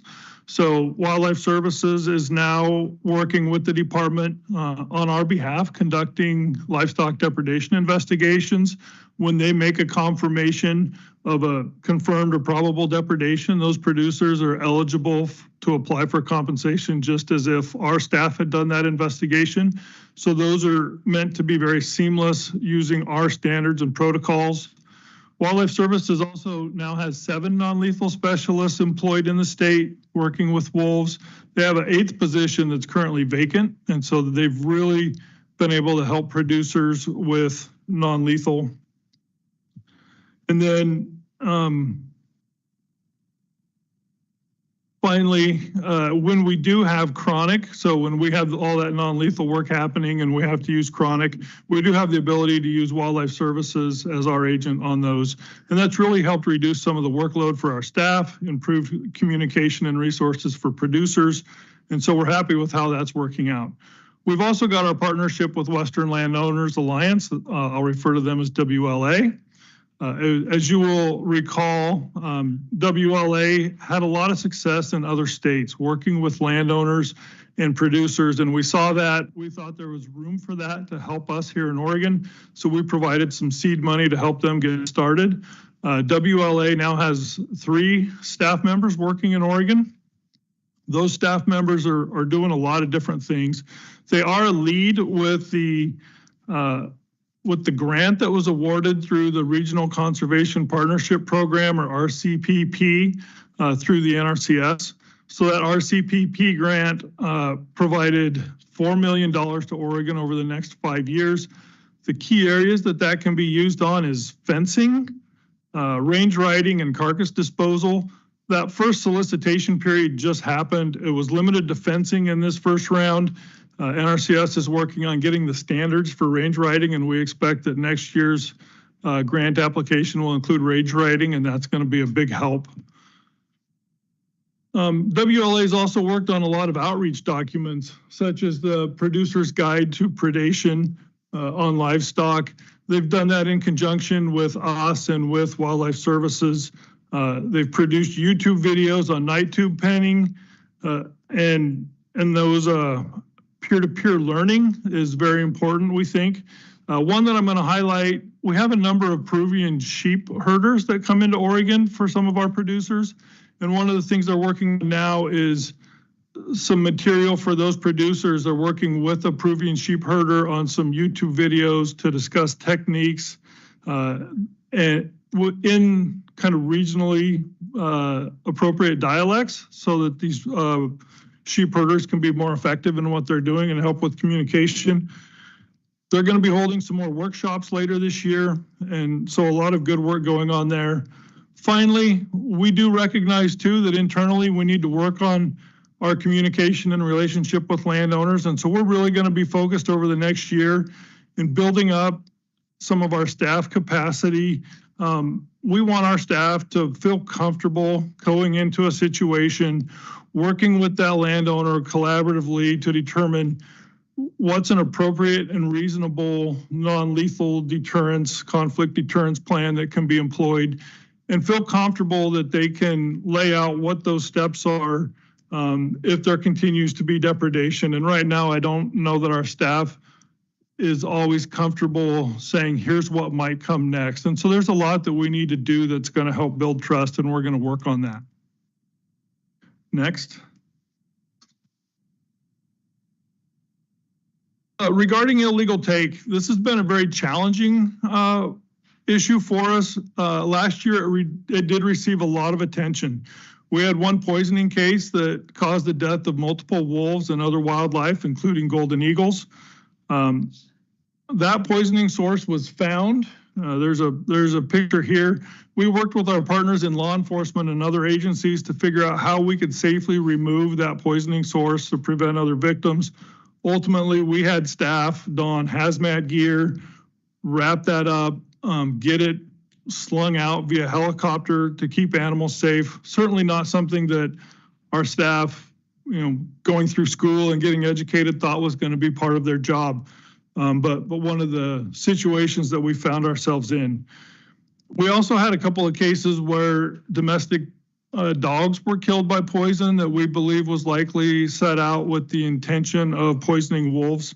And so a couple of things that we were able to do with that. One, we worked with partners to develop some public advisory signs. Those were posted in hiking and camping areas in locations near where we had experienced poisonings. We know that not everyone values wolves, but we highlighted the risk that poisoning causes for other things too, things they deeply care about, such as their pets and other wildlife. We paid for radio advertising in Northeast Oregon. We had an ad campaign that ran for a month and a half or 2 months about the risk that poisoning is playing on the landscape and really raised some awareness about that. Another thing I really want to highlight is we've been meeting regularly as ODFW leadership with Oregon State Police leadership with a focus on wolf poisoning. Through those conversations, last year, the Oregon State Police Fish and Wildlife Division identified a need for more purposeful enforcement focused on the unlawful take of gray wolves, especially within that delisted zone of Eastern Oregon. Based on that need, they temporarily amended duties of one of their existing Fish and Wildlife troopers to concentrate that trooper's efforts on investigations on wolf illegal take. That temporary assignment led to increased communication both within OSP, within their partners such as our department and U.S. Fish and Wildlife Service. We also found that it increased knowledge on the different manners of illegal take that we were encountering, and also assisted with consistency and response and investigations for OSP, so that their team was handling investigations consistently. So following that assessment, we identified with OSP that this was a continued necessity, and so they've now prioritized the duties of one of their existing troopers and amended that position description so that the responsibilities include investigation and enforcing regulations associated with wolves. This is not a new position, but just a change in duties, and that is effective now. So those duty changes have been made. The assigned trooper will work as a liaison between OSP and ODFW and U.S. Fish and Wildlife Service on wolf unlawful take across the state. And we think that's a very big step to increasing communication effort, making sure that nothing slips between the cracks. And so with that, I'm going to let Derek talk about the third item. Yes, the third item of the wolf plan implementation is better advancing our abilities to monitor wolf populations in Oregon. And here in 2024, we finalized a contract with Speedgoat, and they will be developing an integrated population model, and they will be helping to design a monitoring program to feed into that model. So this whole process of model building, testing, and implementation is not likely to be completed until next year, 2026. So we're going to continue to do our minimum counts for the foreseeable future, and we'll be able to report back to you this time next year on the progress made. So with that, I think we can address questions with Brian, myself, and Rob Lynn on the call. Yeah, and maybe before we go straight to questions, on those three focal areas, one thing I do want to stress is these focal areas were not something that we felt we were going to in a year solve and be done with. This is going to continue to be a focus in the coming year. It's going to be a focus beyond this coming year. We think we're starting to move the needle, but we recognize we have a long ways to go on all three of these issues.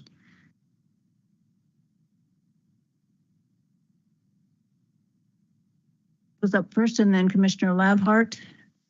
Thank you, Chair Wall. Thank you, guys, all of you, for your report. I read recently in the paper, I think it was the paper or online, that the population getting over 200 is the first time in like 80 years or something like that. And it's also heartening to see less of the illegal take, at least temporarily. And you addressed this a little bit, Brian, with there's now a new trooper dedicated. But can you also speak to one of the many things that got cut or reduced is the poaching budget. And I know there was a plan afoot that with our poaching efforts, how predators are depicted and how they kind of, in many ways, are depicted as villains in this. They're not really shown as being poached. And like that there needed to be some finessing of that communication. So where are we, particularly in this land of like reduced budgets? Did we get anywhere with that? Chair Wall, Commissioner King. So at this point in time, there's some budget unknowns moving forward. So as you're aware, the governor's recommended budget does include reductions to our anti-poaching campaign and potentially reduction to troopers. That's not expected to impact this existing position. It's not a new position, the existing position that's going to have some focus on wolf. But in terms of like what we could be looking at moving forward, there's a lot of materials associated with the anti-poaching campaign that we've developed with outside contracts that I believe would still remain the agencies, and there's still going to be a focus on us on getting word out and information out. In terms of what our final budget that comes out of the legislative process might look like, I think it's a little bit early to speculate. Right. But was there ever any work in terms of, again, changing some of the perceptions? That was part of the whole huge part of at least the anti-poaching, like what animals are depicted as being poached. And it seemed like it was almost never a wolf.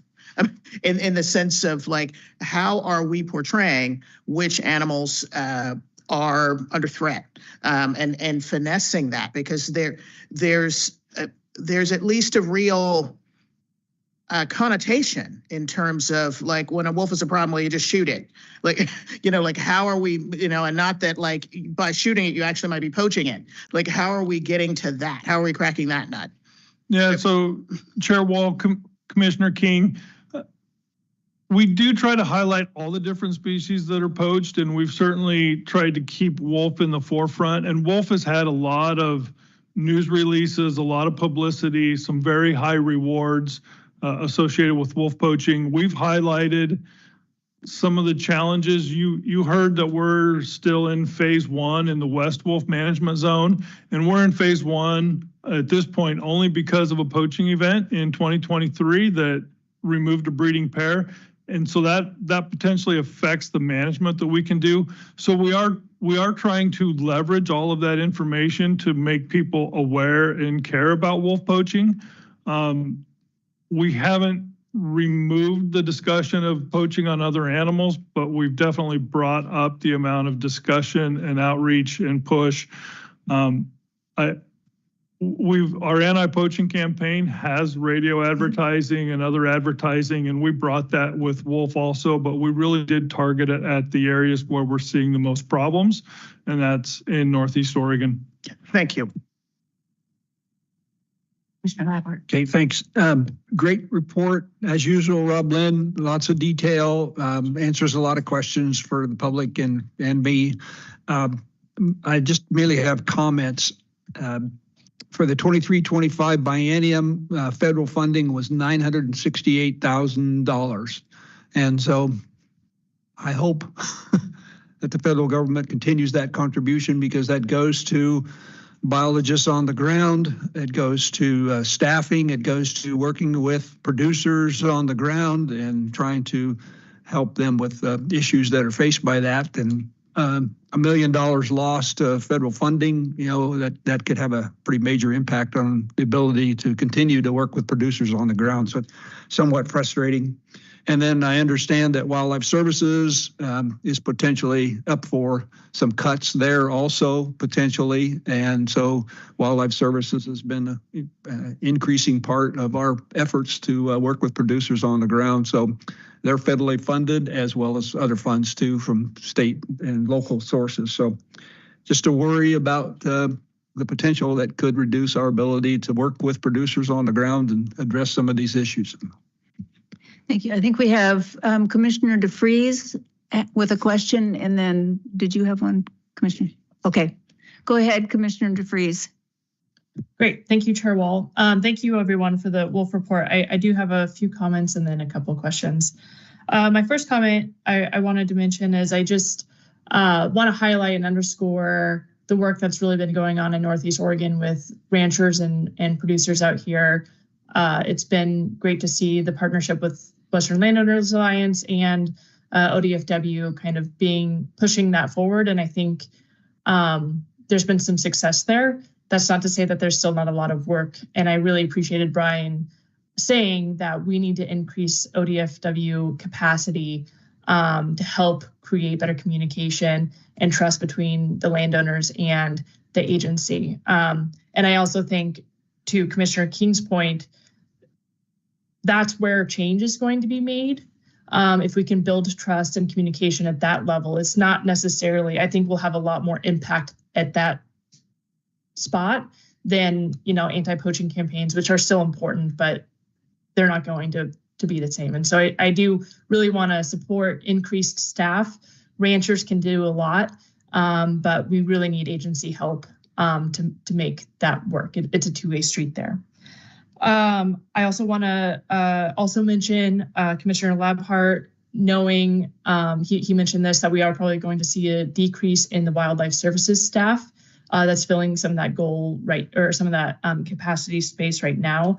And so how do we as an agency need to be forecasting filling that void if those positions are cut?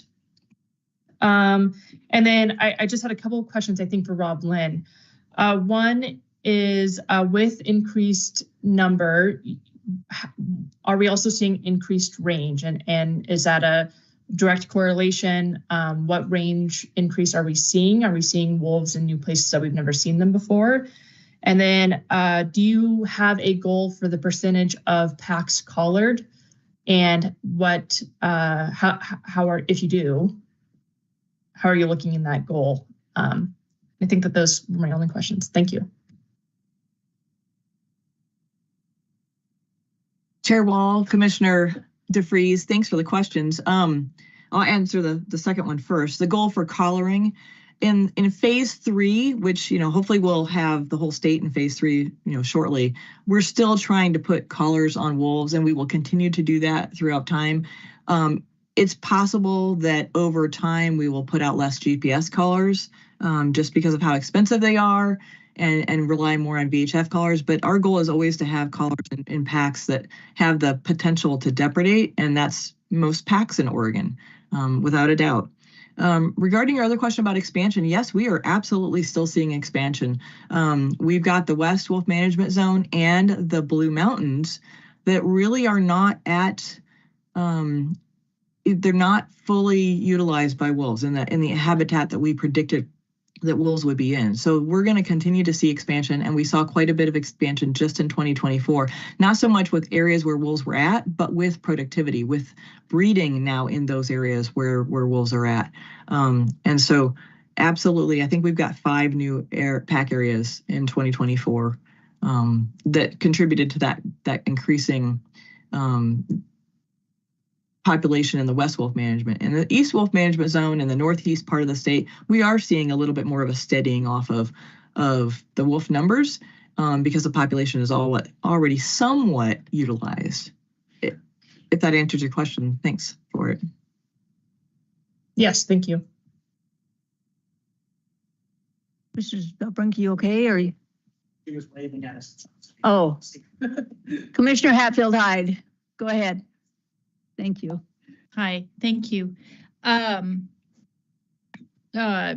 First, thank you to staff for a good presentation on what's going on with the wolf plan. I have a couple of thoughts, comments, where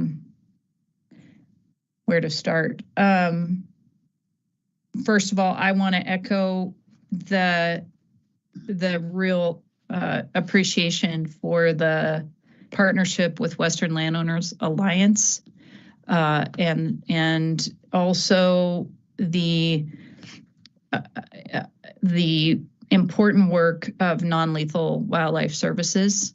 I just feel like non-lethal wildlife services seems to have opened up a little bit of breathing room for staff to not have to be the jack of all trades in these situations, and also the non-lethal wildlife services being able to really show up and help when we've got big problems on the landscape.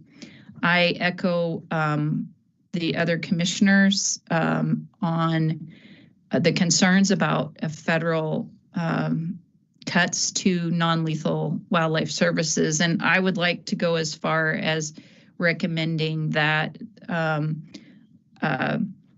we possibly ask if Director Colbert could write a letter to the Secretary of Interior just outlining how important non-lethal wildlife services is, especially in the listed zone, which the U.S. Fish and Wildlife Service is the lead agency on conflict with, and really needs to be ready and able to respond.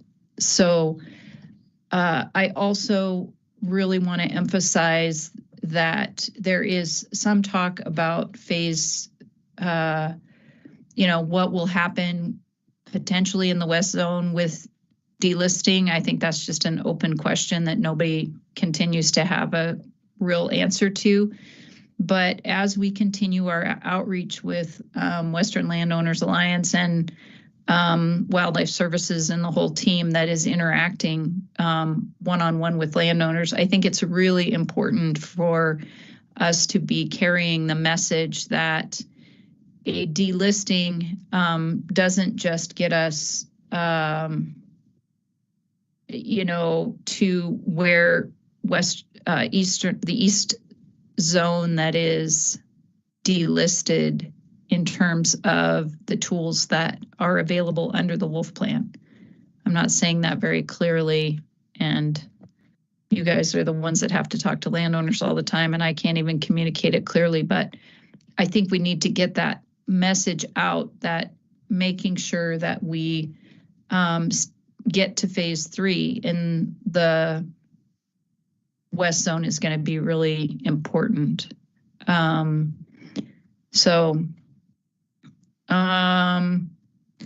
And then I guess I had mentioned ahead of time, gave a little tip off that I was going to mention a study that has been going on by Dr. Tina Saitone, I think, and Ken Tate at the University of California, Davis. And I just think that they have a study going on where they were studying a region and looking at scat. The UC Davis Veterinary Genetics Laboratory sampled 59 scat samples from the study region and found that 86% of the scat samples had livestock DNA. And I say this not to, well, I just say this because I think it needs to be part of our conversation and part of our reality around what's happening actually on the landscape and how often that maybe depredation is going on that involves livestock that never gets really confirmed. This is, and I had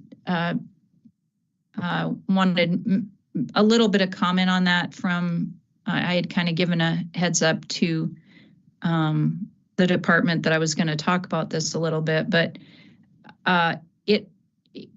we also had a conversation earlier in the meeting about, the Murders Creek mule deer or whatever, and the loss of body weight and how that's affecting our mule deer, just climate change conditions. But I also think that it's reasonable to begin to have a conversation as we look at what seems to be a really successful expansion of wolves in Oregon into what the prey base looks like in the future. I'm a little concerned. We talk a lot about the importance of predators. And I still think that we need to be considering what's happening with our prey base, especially with climate change. So, I'm saying, and it is interesting to me just since I've been on the commission, so that's 5 years now, I guess, to watch that blue bubble map of wolves really filling in all the way down the state. So, yeah, so I guess, Brian, I just wanted to mention that, see if you guys had any thoughts on that. And then also just wanting to know what an appropriate approach would be from the commission if we would like to have Director Colbert write a letter about the real importance of non-lethal wildlife services funds.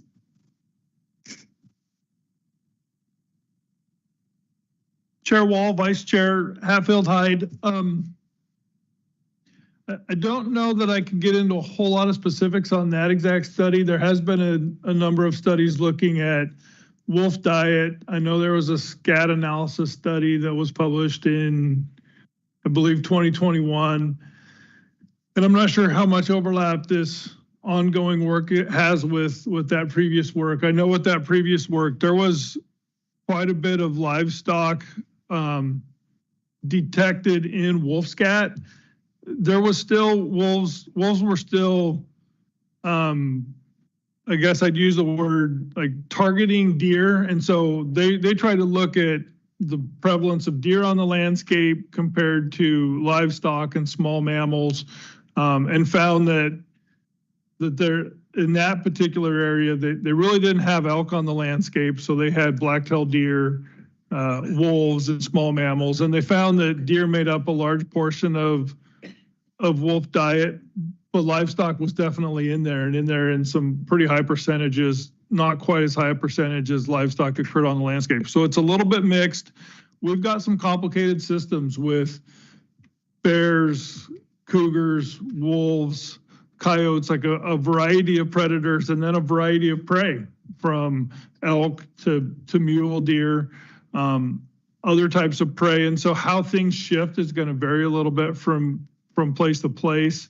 And then there's also the question of, we know wolves are scavengers. And so when things die, whether it's deer, elk, livestock, if that carcass is available, wolves will consume it. And so there's still a lot of things to learn, I think, when it comes to how much depredation is occurring on livestock that goes undiscovered. There's still some things to learn there. And definitely we'll be watching that research as they wrap it up and get to some conclusions. Thank you. Thank you. The question that I had got answered because you clarified already that, but for the poaching in our west area, we would be in phase 2. And I think that's an important message, and it sounds like you're getting it out there. People need to know that and can act accordingly. I'm not always used to hearing good news in the wolf report, so it was great to hear that the depredations are down and the count is up. Neither one of them are huge, but they're, as you said, Brian, we are moving the needle, and that was useful to hear. Just before we leave this one, and thank you, by the way, for the report and for this presentation, wanted to check with the commission, just a quick sense of the commission. Commissioner Hatfield-Hyde asked about a letter from the director. If everybody's okay with that. Great idea. Commissioner Dallas DeFries, are you okay with that? Yes. Okay. Then can we leave that with sense of rather than emotion? Yeah, I would just, I really appreciate the comments from several of you about the concerns for wildlife services budget and their ability to have staff out there doing this non-lethal work. And I would just wholeheartedly agree and welcome the opportunity to put that in a letter, and we'll get it crafted and send it to you. Could I make a comment? I want to thank you, Commissioner Hatfield-Hyde, for that idea. That's a great idea. So, but I would also like to emphasize, if we could, maybe just in the letter, put the benefit that wildlife services provides for non-lethal to our producers, our livestock producers, whether it's cattle, sheep. I think that will hit home with the landowner group that's out there. The producers is where that really hits home with that industry. So if we could put a little bit of emphasis on that, because I think that's where it really hits home with Wildlife Services, is just working with the producers, the landowners on the ground. So.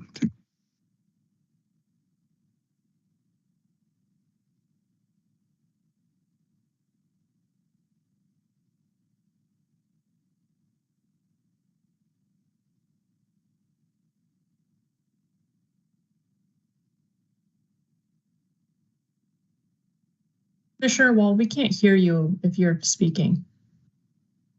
Sorry. We're so careful to turn our microphones off. I left it off. Thank you for catching that. We're going to do temporary rules next, and then we don't have commission updates or other business, so we can skip those, and then we'll do the public forum, and then we will take a break. So if we could do the temporary rules, and commissioners, are there any questions that you have on those? Commissioner King, you look like you do. Mostly it's a comment. It's the second year now that we've had a temporary rule where they opened up the smelt dip net fishery on the Sandy. I have to say, I mean, I don't, of course, make any of these temporary rules, but our fish division, I think we need to look at that in a deeper way, because I can tell you that is 8 hours of bedlam. It is just wild out there, that dip net fishery. and the pressure that puts on our state police is immense.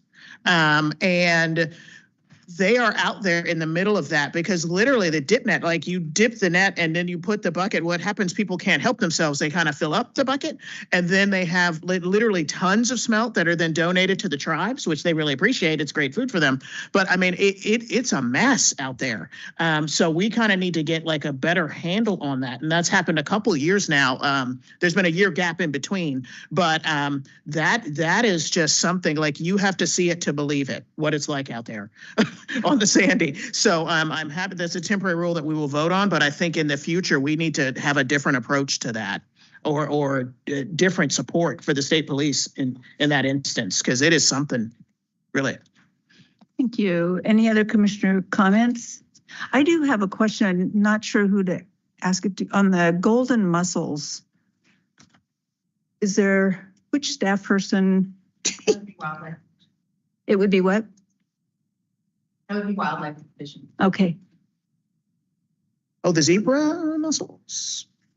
I've never encountered it. So you get this. The question is just, this is the first one found in Oregon on these golden mussels.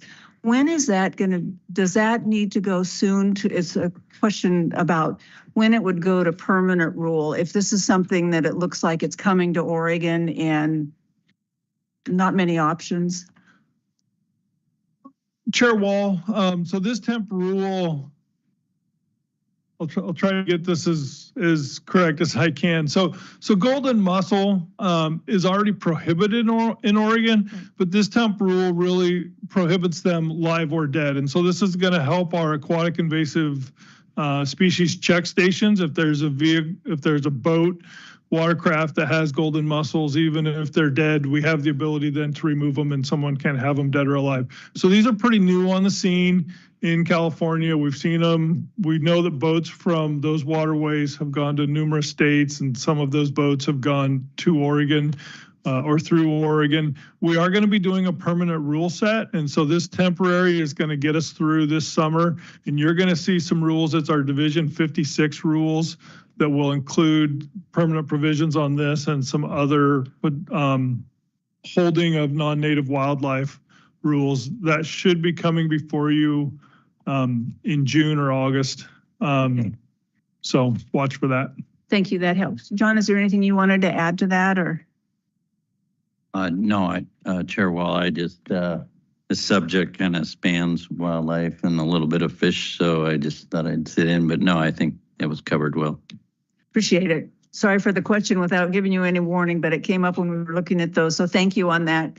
Commissioners, is there a motion on the temporary rules? I move to ratify the 8 temporary rules set forth on the April 18th, 2025 agenda. It's been moved and seconded to ratify the 8 temporary rules as was just read into the record. Commissioners, can we have a thumb vote on this one? Yes is a thumb vote. And our 2 commissioners online, great. It's unanimous, Michelle, and we can on the temporary rules. Thank you. And then can we go? Sorry about that, commissioners. I did want to thank Fish Division on the temporary rules. You saw this, the 7-hour opener on the Sandy for smelt took a lot of work for our Fish Division, and it was really a great event. So thank you. And you heard the comments, right? We'll get them back to you later. Yeah. Okay. Then let's go to public forum, and then we will do a break. So on public forum, we have 3 people in the room and 2 online. Roger Lindquist is the first person, and then we will call on Rick Gaucher. If you want to come on up, Rick, that would be great. And we can just go right from one person to the next. And then Steve Godin, if you want to come up as well, we've got 3 chairs and we can just have you go right down the line. And if you will introduce yourselves, and you'll each have 3 minutes. Chair Wall, Vice Chair Hatfield-Hyde, commissioners, and Director Colbert. Yes, she's going to leave. I will try to be as brief as possible, but I have several ODFW employees that I want to recognize, and one in particular. So my name is Roger Lindquist, and I am the president of Curry and Adams Fishermen. We manage and run Indian Creek Step Hatchery, one of the ones that the director was talking about that had the flooding problems. I'm sure you're aware of that we've had that severe damage due to flooding at the hatchery. I won't go into too much detail today because of time constraints, but I wanted to talk about 2 things today. First is to support the ODFW staff in Gold Beach, the Elk River Hatchery, headquarters personnel, and R&E board who supplied us. I want to name names and show appreciation for this effort. So for the staff and the R&E board, Marty Olson, Sarah Hart, and David Grosham. We had 2 emergency R&E grants in the first 8 days that got us starting to move forward. The Gold Beach staff have been awesome. They were there every day for almost 2 weeks. Steve Major, Laura Green, Laura Crone, Andrew Wells, Jasper Marshall, Joe Milley, Jordan Henkel, Georgia Hungford, and even the wildlife guy, Jason Badger, was out helping us. Elk River Hatchery, Ryan Gerkel, Jack Reese, Brendan Churchill, and Joseph Mayo. So the last name to mention is that of the step biologist, Mr. John Weber. His efforts called for special recognition. Tough, sorry. Good friend of mine, and he doesn't get enough credit. So for his calm, composed approach, his knowledge, and his contact list in his phone. I mentioned that we had a big problem starting March 16th where a major portion of our infrastructure was demolished and washed away in floodwaters. The one thing that was not damaged, or so we thought, was the main water line supply that feeding over 100,000 fish in the hatchery. That all changed 8 days later when that water supply failed. Mr. Weber was the cool head and started quickly formulating a plan. He contacted the Gold Beach staff and got them up to the hatchery immediately. He managed the 20 to 25 volunteers that showed up. He started the ball rolling to get the fish to a safe place. We were able to run ODFW, hatchery, and fire department gas pumps from the creek to provide limited water flow.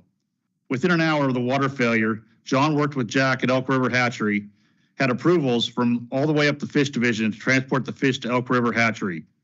Within a couple hours from the start, we had a lib truck on site and we were netting fish to move them to a safe place, a once in a 40-year event. Without Mr. Weber's leadership in this effort, we would quite possibly lost 100,000 fish. I would be remiss to not mention the very dedicated volunteers that we have and their efforts that day. Without them, the Indian Creek Hatchery would simply not exist. Wow. I said I wanted to talk about two things. So secondly, and probably the most important takeaway from the headlines here from this unfortunate event, is that we saved 100,000 fish with approximately a 0.1% or 100 fish mortality. We are sure that there are others that are not aware of that helped, so we want to thank them for their efforts.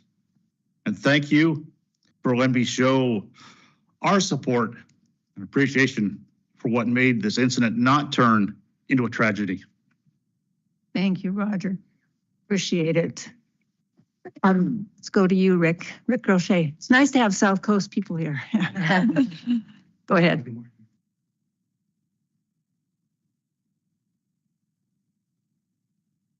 that on now? Yes. Okay.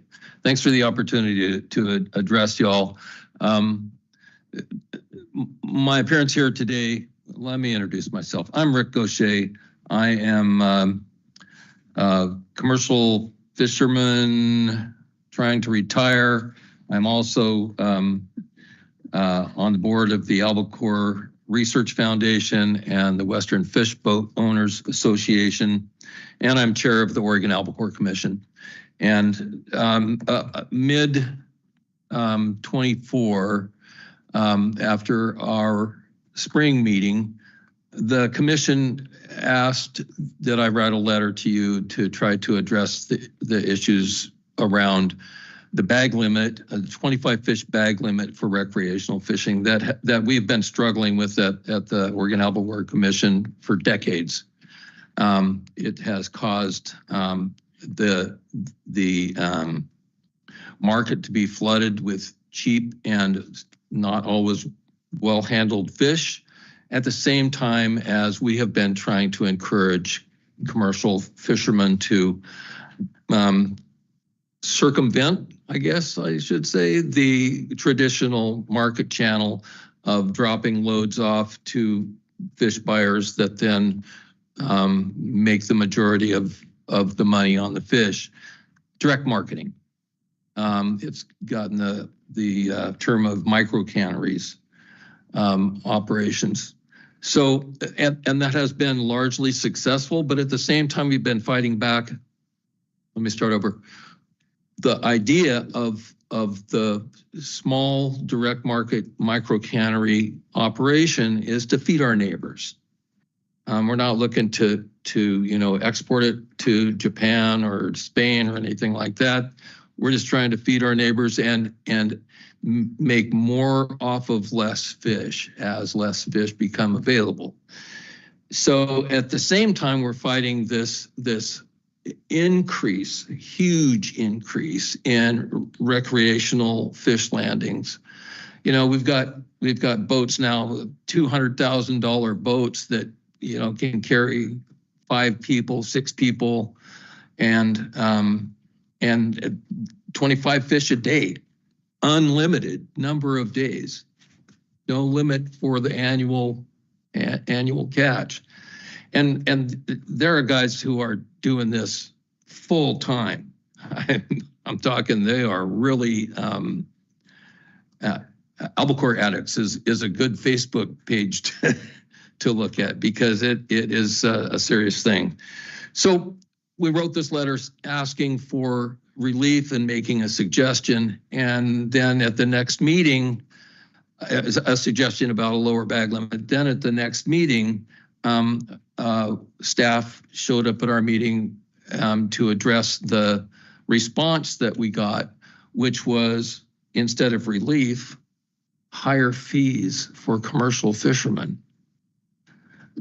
So at that point in time, I asked, well, what did the commission vote on? Or, I found out that you hadn't even seen our letter. So I am here today to bring that to the top of your pile, at least for the moment. I know you guys have a big briefing book, and I understand and appreciate that, but thanks for your attention. We got you. Thank you. We do have your letter. Yeah, we have it. Yeah.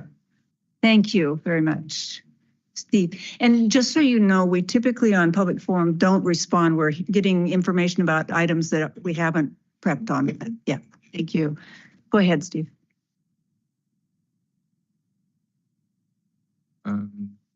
Chair Wall and Director Colbert. My name is Steve Godin. I'm the president of the Oregon Coast Anglers. I've had lots of opportunity to work with ODFW on very many issues and opportunities for fishing, and I appreciate that opportunity to do that and enjoy working with ODFW. And I wanted to thank you for spending time and visiting the Step Hatchery in Gardner yesterday. I hope that you found it informational, and I hope the rest of your day went equally as well. So I've got this all written down. I know it takes more than 3 minutes, so I'm going to try and get through this without taking too much of your time. I wanted to talk about a number of the step hatcheries that we have in the local area, but the time won't allow. I'm going to focus on the Gardner hatchery, which now you're quite familiar with. That hatchery's gone through a lot of turmoil over the past years. Every kind of issue you can imagine has happened at that hatchery. And they've prevailed and made adjustments, lots of innovation at the hatchery, some of which you saw yesterday. And, you know, the latest thing was the use of incubators in their process, which has been very successful. And so I'm looking at them as kind of leaders in this whole gamut of step hatcheries. And they're not the only ones to use incubators, by the way. But certainly they should get a lot of credit for what they've done. That hatchery is pretty much run by what's called an HGMP, hatchery generic management plan. And I looked at that plan, and what I wanted to do was to see how the cost was broken down for the hatchery. And I wanted to read from its table 1.1 estimated annual cost per Lower Umpqua River Fall Chinook HGMP 2017. And in that table is labor. The value of the volunteer effort is $66,000. The operations, the memberships and donations, so not money from ODFW, $30,000. Fish food is $3,000, which is R&E grants and ODFW STEP funds. Smolt rearing is pegged at $10,560 towards ODFW, the Rock Creek Hatchery, where they were supposed to rear smolts. Technical assistance, that was Levi, he was with you yesterday, $9,400 for that.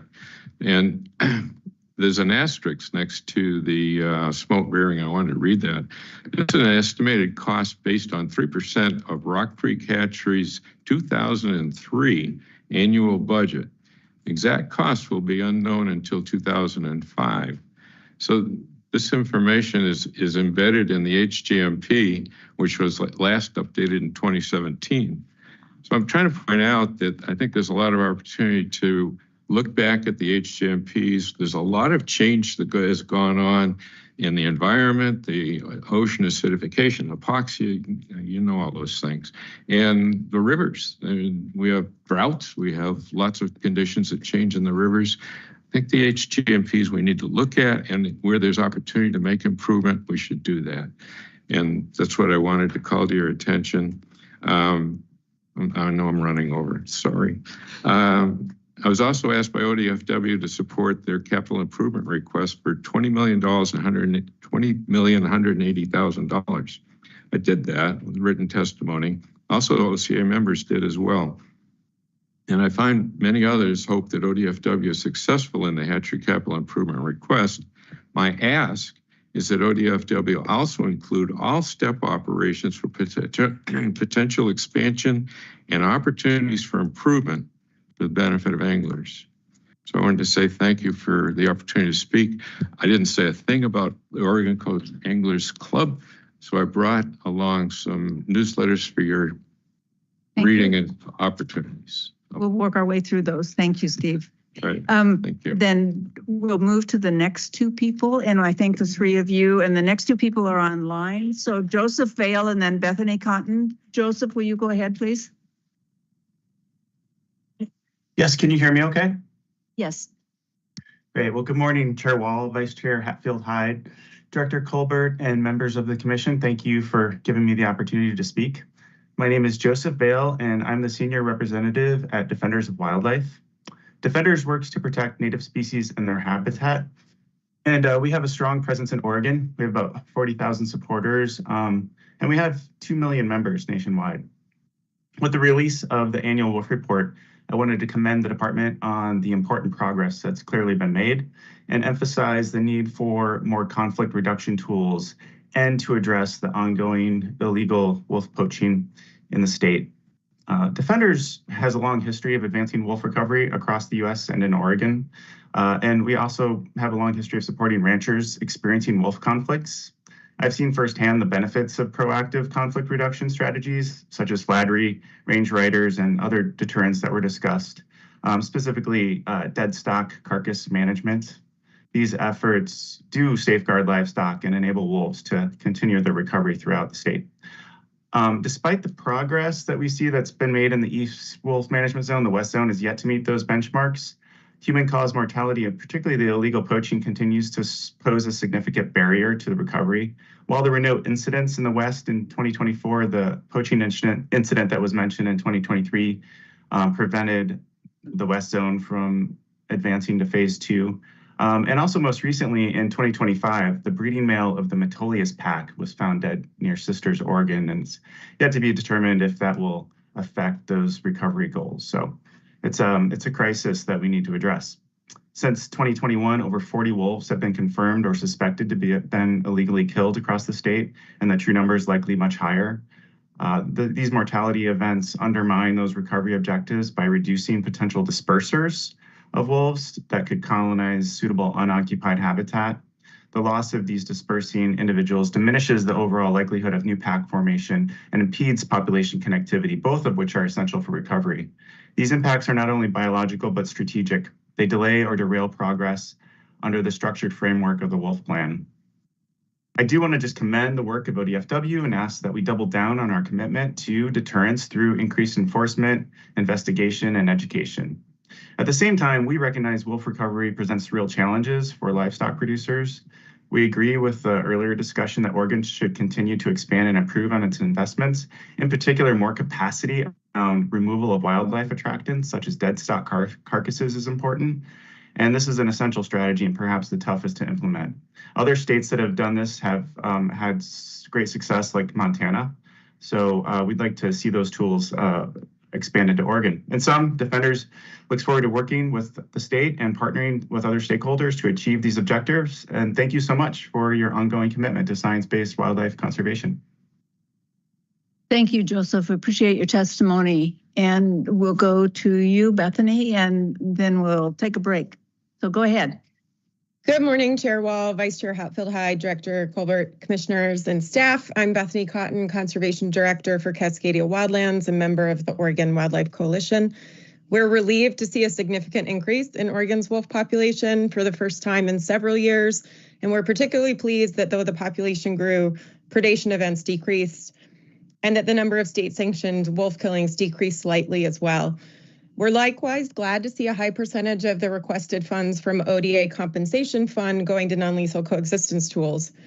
The good news, however, is tempered by our ongoing poaching crisis. While the number of known poaching deaths were down last year from 12 in 2023 to 7 in 2024, that's still an unacceptably high number. As staff and Chair Wall noted, the Gearhart Mountain breeding pair and a third pack member were killed in late 2023, which prevented the western portion of the state from moving to phase 2. And we had 7 breeding pairs in the western portion of the state for the first time at the end of 2024. But again, poaching has already damaged that process with the recent killing of the Metolius pack breeding male near Sisters. Additionally, breeding pairs are down in Eastern Oregon for the 5th consecutive year, now as low as they were in 2018. Most poaching and agency authorized killings occur in Eastern Oregon, and those two factors are clearly impacting our wolf population. The minimum population count is not the only nor the best measure of species health. As Commissioner King highlighted, the agency's proposed budget includes a severe cut to the agency's anti-poaching work.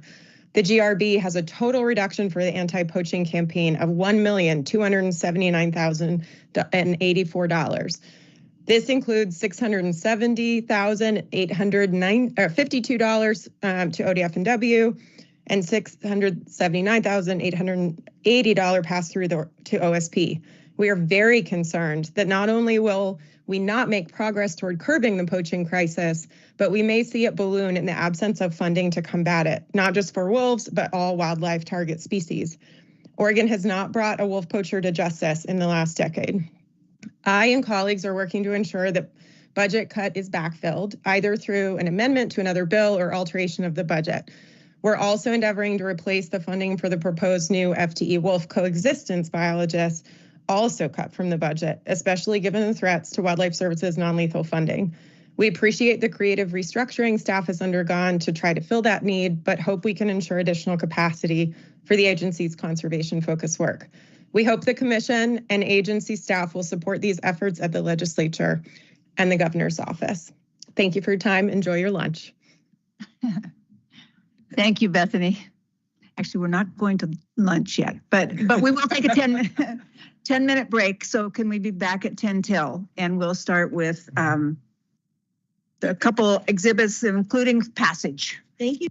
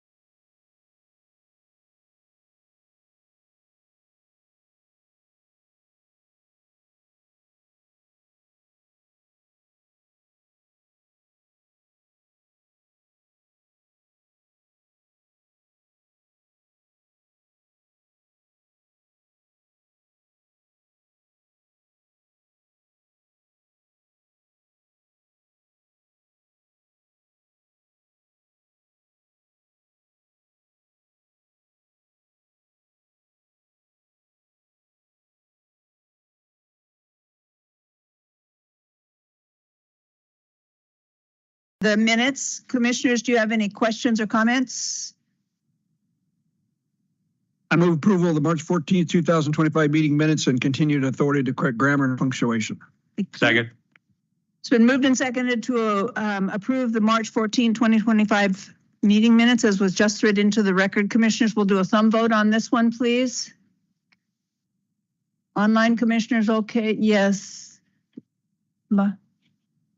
Yes, thank you, unanimous, Michelle. And we can move on then to statewide priority fish passage barrier list. Greg and Catherine are ready to come up and introduce yourselves, if you will, and we'll go from there. Good morning. Can you hear me okay? Yeah. Chair Wall, Vice Chair Hatfield-Hyde, Commissioners, Director Colbert, and members of the public, I want to thank you for your time as we are super excited to present to you the ODFW 2025 statewide fish passage priority barrier list for your consideration and approval.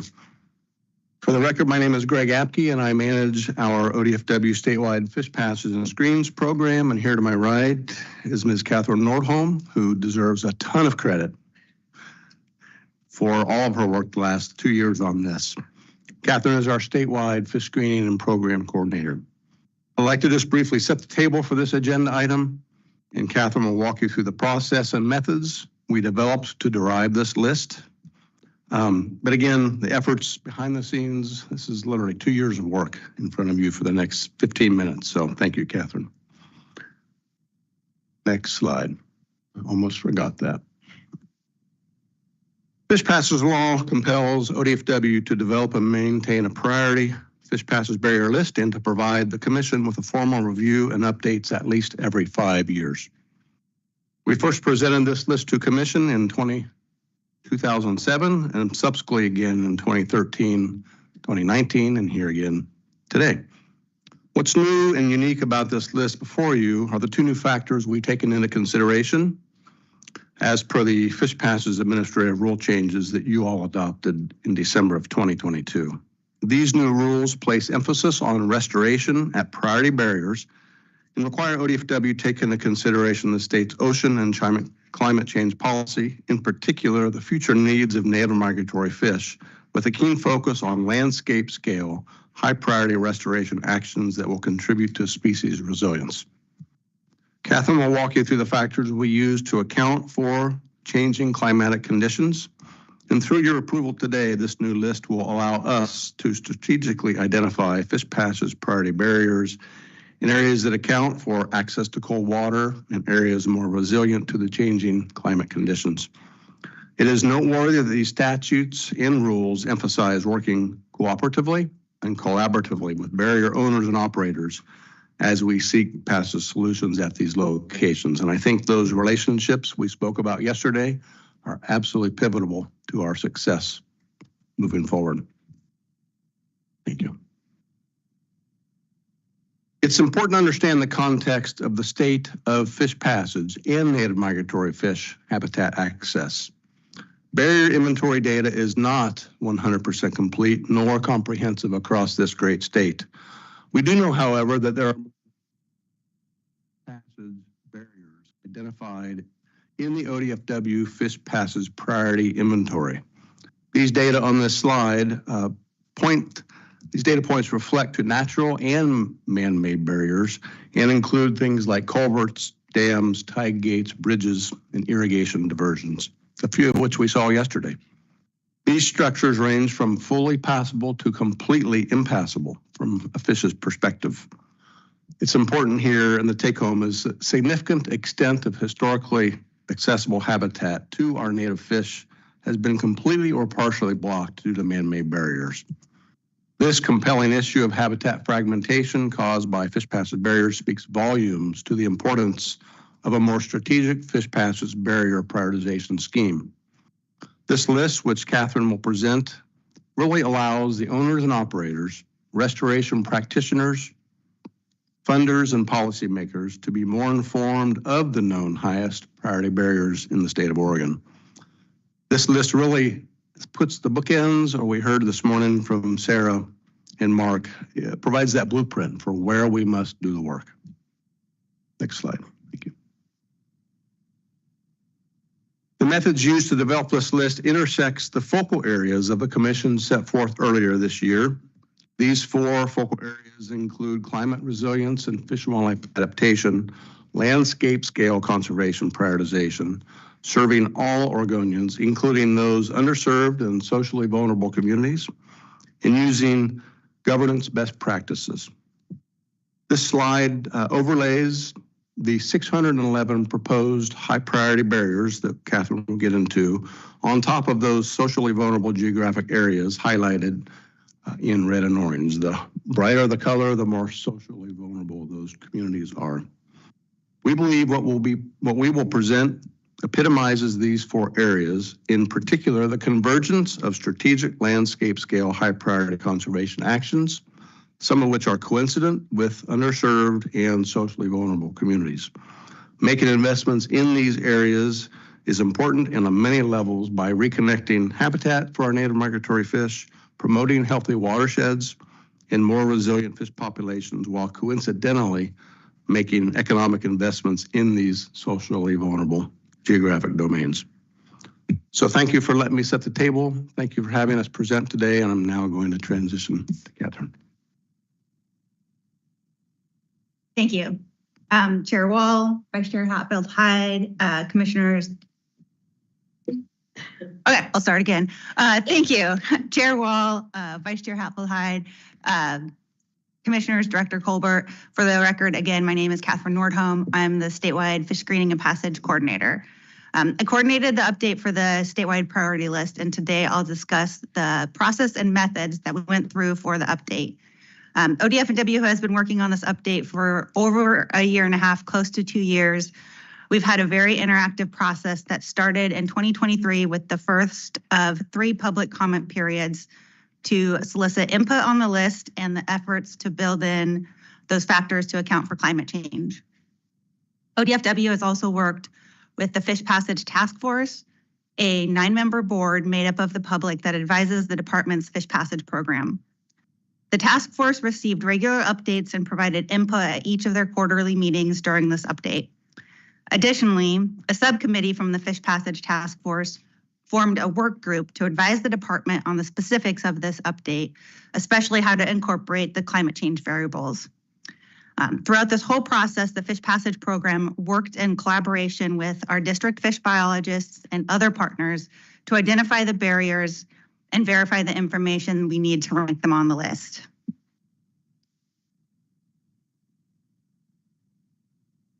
The methods for this update are described in the methods paper provided with the commission packet in attachment 3.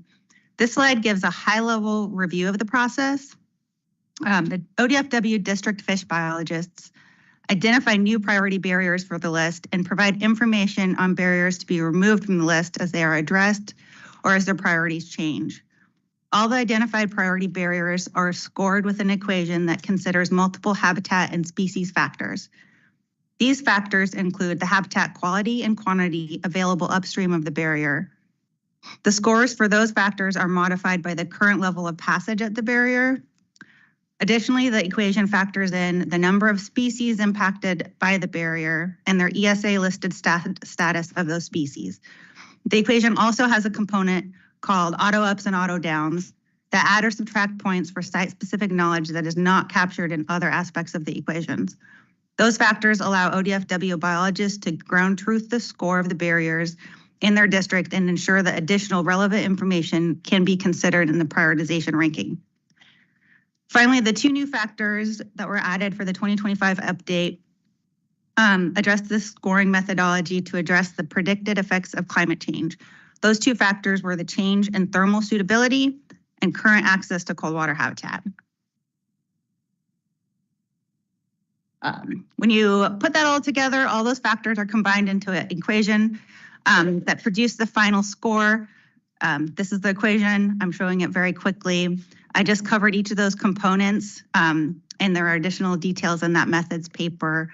The majority of the scoring equation is unchanged from the 2019 method, so I'm going to focus on the last 2 components and talk about those 2 new factors that were added to consider the effects of climate change. So the first of those new factors was added to the scoring equation, and it's a variable for the change in thermal suitability. So you may recognize the information on this slide and the next slide from the climate change report you received at the last commission meeting, as well as some of the information that were presented yesterday at the tour. But during that report, you got the details on the aquatic habitat prioritization. So we've used part of that work to develop the climate change components for this priority list score.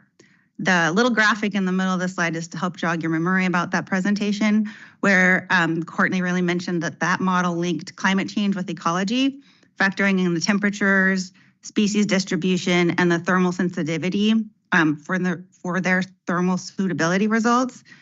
And so on this slide, the map on the left shows the current thermal suitability of streams at the HUC 12 level, and the map on the right shows the predicted future thermal suitability. Both maps shows areas that are more thermally suitable in purple and less thermally suitable in yellow.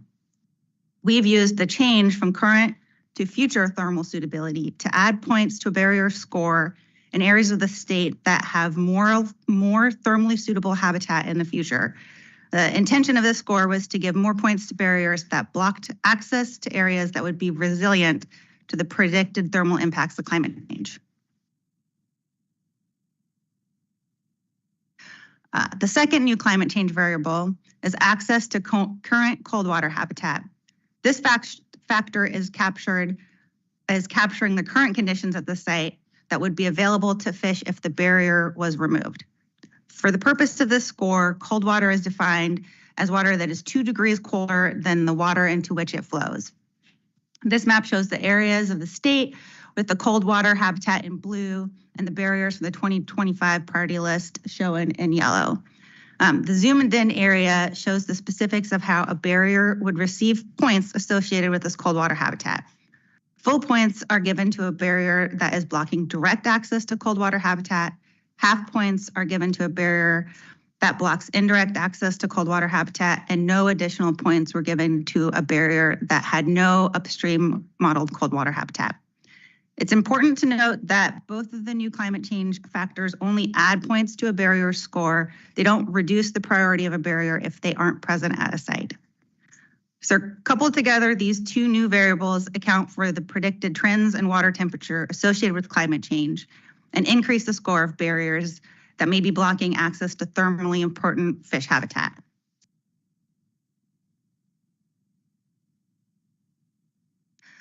Finally, once the list was updated and each barrier was scored with the equation, the 2025 list has 611 barriers in it, split into 17 groups of barriers that are grouped according to barriers that have similar scores. This map shows the locations of those barriers throughout Oregon. Group 1 is the highest priority barriers, and then down through group 17. But it's still important to note that all of the barriers on this list have been identified as high priority, regardless of which group they end up in.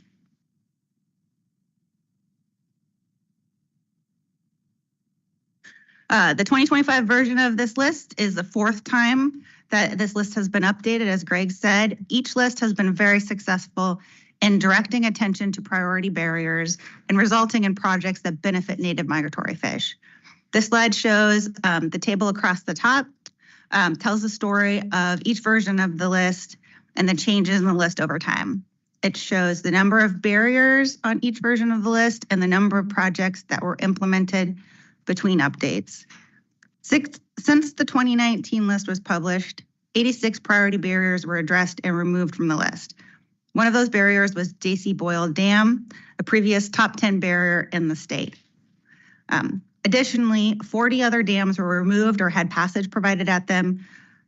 40 projects were culvert replacements, and then the remaining projects are made up of structures like tide gates or other various barriers. All combined, those 86 projects improved access to over 1,450 miles of fish habitat across Oregon. My fun fact for this slide is that picture was taken last October, and it's one of the first salmon observed back upstream of the J.C. Boyle Dam since 1916.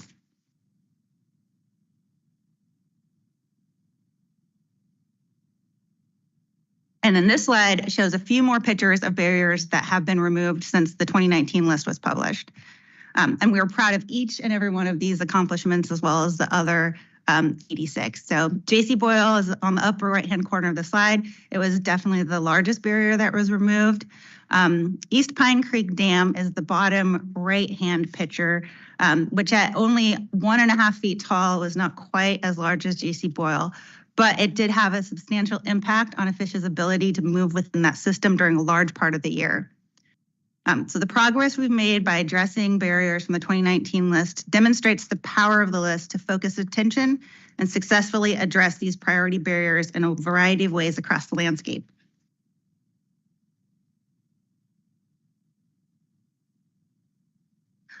Through this update, ODF&W received a lot of help and input from a variety of sources that all deserve recognition and thanks. The Fish Passage Task Force was an invaluable advisory body to the department during this update. And then within ODF&W, in addition to the Fish Passage program staff, ODF&W district fish biologists are critical to building and maintaining this list. Corvallis Research Lab helped extensively with the development of the climate change factors, and our INRENT program helps with the GIS work, data management, and the maintenance of the full barrier database.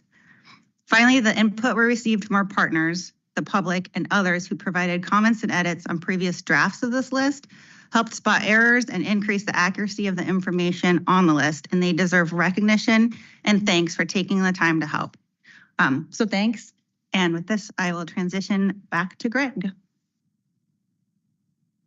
So in conclusion, and again, thank you for your time. ODF&W staff recommends that the commission approve the 2020-25 statewide fish passage priority barrier list. Thank you for your time, and we will be happy to field questions you may have.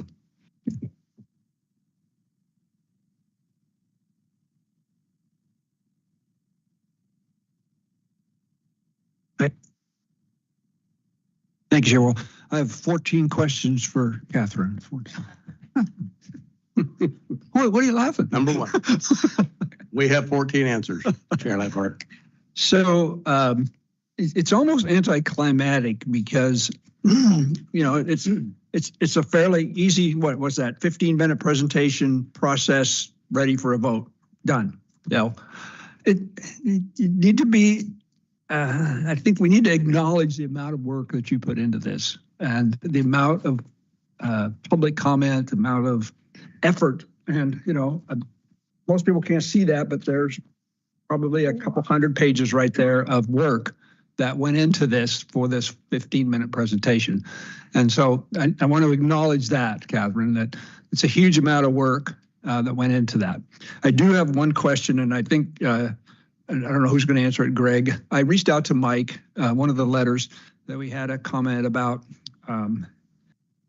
some districts were a little different than others, and I think the answer is, I'm gonna give the answer, and you correct me if I've got it wrong, is even though that model that you showed, Catherine, is pretty detailed, you know, boom, boom, boom, fill in the blanks, and it punches out a number.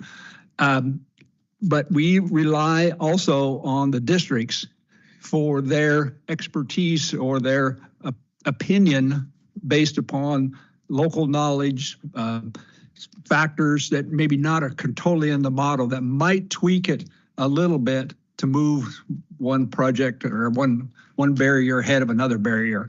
So could you elaborate on that just a little bit? Because Mike did a very good job of telling me, but I'm not sure the public knows exactly how that went. And I think, absolutely. Chair Leibhart, Commissioners, Director Colbert. I'm not chair, but it's Chair Wall. Did I say that? I apologize. There's hope yet, right? Appreciate your comment. One, we take public input seriously, particularly input from our local staff at our district level. The model that Catherine presented that you've got over 100 pages describing is a rather intuitive model. A model is only as good as what goes into the model, fair enough. The two variables that we have that allows our local districts to infuse expertise and that local on-the-ground site-specific knowledge is absolutely critical to making this model work, and the ground truth, the efficacy of the model. So while there may be skeptics on consistency on some districts' input into those auto-ups and some don't, we respect that comment. We've seen that comment. We've talked with folks that provide those comments. But it is, again, it's our ability to really ground truth and validate the model. Without that best professional judgment that our local 18 ODFW district staffs have, they live in the community, they know their fish better than the two of us, and they know those barriers intuitively. So having that ability to insert their perspective, their best professional judgment and opinion to help refine the model, I think is absolutely critical. Thank you. Thank you. You're welcome. I'm going to call on the other commissioners with questions, but let me just mention that we do have somebody to testify too, so we'll get another chance just very briefly because we have, okay, go ahead, Commissioner Spellbrink. Thank you, Chair Wall. Yeah, I just had let's see, I'm going through on the rankings there on fish passage. Group 1 is all, there are some of those in there are basically no fish passage available in Group 1, or do they all have some fish passage available? I got pretty confused in going through all the rankings here and everything. How you? Yeah, no problem. Thank you. Yeah, Chair Wall, Commissioner Spellbrink. Yeah, the majority of them in Group 1 and the first 10 have no passage at all. The only one that has partial passage is Keno Dam that we have listed as a passage level 4. Right. So that means there is some passage there. Okay, yeah, I guess I was surprised. Responding to some of the public testimony there that Winchester Dam got moved up so far in the rankings because, I mean, for the last 50 years, probably one of the best overall, winter steelhead, wild winter steelhead runs in the state has been, passing Winchester Dam. So obviously that fish passage has been fairly successful. There's a reason that why did it get moved up so far in the ranking? Especially with some of the passage barriers that allow no passage. Winchester. Yeah, so I had some notes here. Thank you. It's a great question. So between the 2019 list and the 2025 list, it has moved up a couple places from 24th place to 28 or to 18th. However, there were 5 barriers above it on the list that were removed between 2019 and 2025. So taking into account for that, and then the additional points it got through the additional few more species there, its place has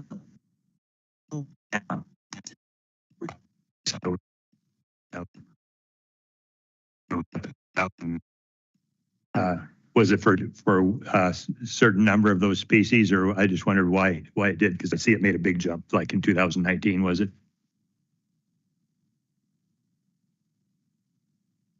I believe Commissioner Spellbrink, the reason that the Winchester rose from 15 to 19 was primarily based on, again, some of the work that had been done on the landscape above Winchester and even below Winchester in terms of providing passage. I don't know, I don't have the specific metrics on where it moved from in 2017 or 15 to 19. We could follow up with you on that if you'd like. Sure, yeah, I'd love to see the follow-up on that. Happy to do that. Okay, thanks. Commissioner King, thank you. Thank you, Chair Wall. Thank the two of you for this report. And to echo Commissioner Labhart's point, it is clear how much work goes into this. I mean, us just trying to decipher those hundreds of pages you sent us, it just speaks to how hard and how much effort went into this. And also just looking at it across the years, like from 17 to 25. So in less than 20 years, like it looks like you started out with 91 projects. And by the end, it's 6 times that. So can you explain how did you find so many? Like what happened? Did you just working with your partners? How did that happen? How did that huge big jump happen in terms of just in 18 years? Clearly they didn't appear. It must have been that you worked with people and found more. Yeah, I'll take that one. That's a great question, Chair Wall, Commissioner King. I think there are a couple factors that play into that. The first version of the list, districts were given, like, present this many barriers for your district. We no longer hold them to a cap, so we are not capping the level of priority barriers that we're putting on the list. So some districts have many more, some have fewer. So it's grown over time as additional priority barriers are added. So that's part of it, at the priority list itself. Part of it is also our knowledge of barriers on the landscape are continuing to grow. Our barrier database currently has over 40,000 barriers in it. So this list is just a small subset of that, and that list continues to grow. So each version of the priority list, not only are we identifying priorities that are barriers that we know about, but we are also identifying barriers that we don't know about that have been discovered in the last 5 years. So they have been there all along. And so it is a good thing that we know about them now and that they're being added to the list. So I think the list growing shows an increase in our knowledge across the landscape and a better way of capturing that. Great. Thank you. I might add, Dr. King and commissioners, that as we, in the field yesterday, it was mentioned by the Private Forest Accord and the FRIA process, the inventory of all the roads. These are largely on private forest lands that we, ODFW, don't necessarily have access to and haven't necessarily had inventories in or on. So I expect the list is going to grow as more data comes into our clearinghouse. Our 18 watershed districts and their fish staff have not been everywhere all the time. And the more we get out on the landscape, the more barriers unearth themselves.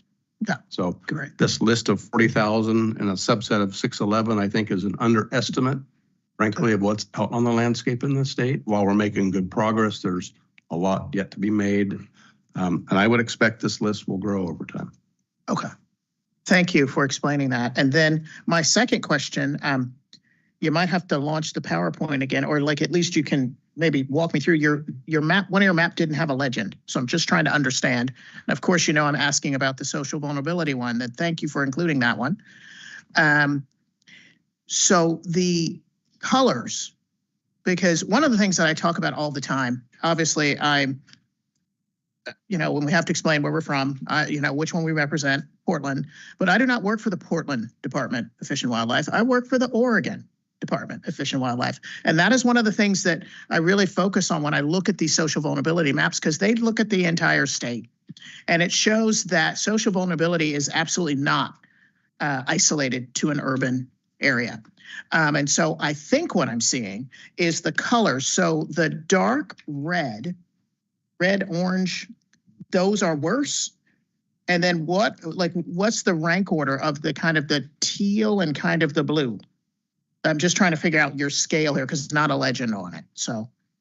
Yeah, thank you. That's a good question. And the blue was the lower social vulnerability. The green was the next.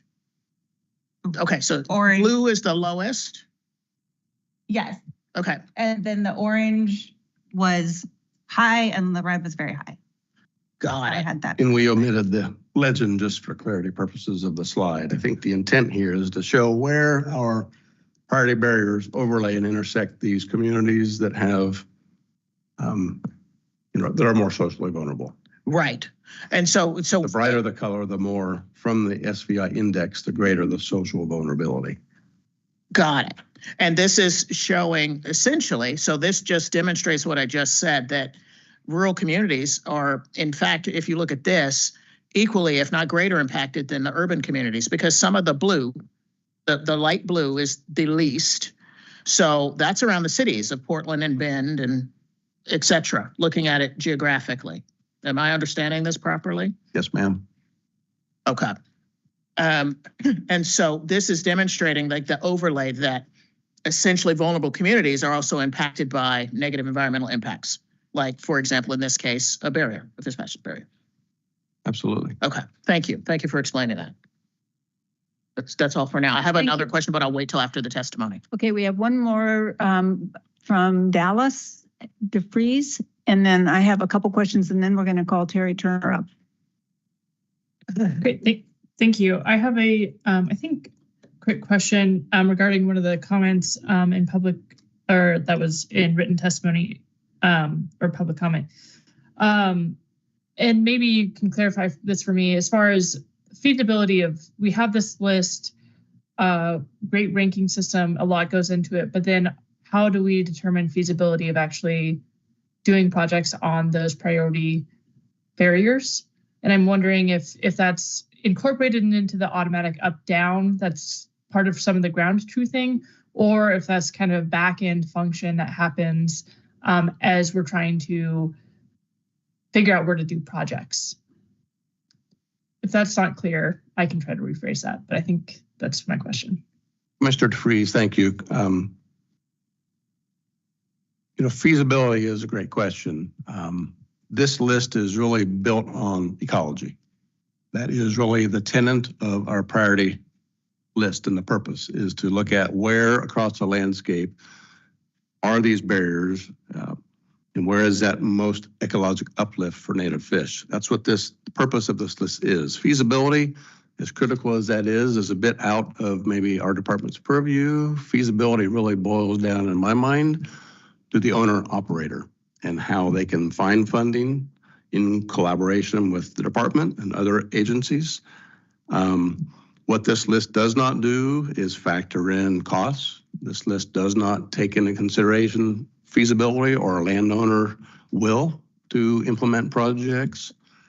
So I think the feasibility of this really comes down to those partners we build on the landscape with our locals in helping try to develop support, educate the public on the importance of habitat connectivity, particularly with the climate change upon us, and trying to find the funding streams to help promote when feasible and when we have willing landowners and cooperators to start to work on this list. So that's a great question. Hopefully that helps inform you a bit more on feasibility. Thank you. Yes, thank you. I have a couple questions, and then we'll call up the person to testify. Greg, I think you mentioned the percentage of habitat that's behind barriers. Do you have any idea? And I know it would just be a guess, but do we have any idea what percentage of our habitat is behind barriers? Chairwall, that's a guessing game, honestly, for me to tell you. 10 years ago, I presented to you all and talked about the state of the state for fish passes and did some education. I ran some numbers and, again, kind of back of the napkin based on the data that we had at the time, and I estimated nearly 1/2 of habitat that was historically accessible to all of our 38 different migratory fish had been some way, shape, or form bisected from man-made infrastructure. Thank you. And well, you're welcome. And we are making great progress, I have to. Yeah, and that actually, as daunting as, even if you don't look at the percentage of habitat that's behind these, if you just look at the 42,000 or the 41 plus, it's daunting. But 1,400 and plus miles is something since the last one, and we are making headway. So I keep trying to remember that side of it, and not that we have 41,000 to go and that we'll find more as soon as we do the road inventory, which I'm glad we're doing because we'll at least know and we can prioritize those in as well.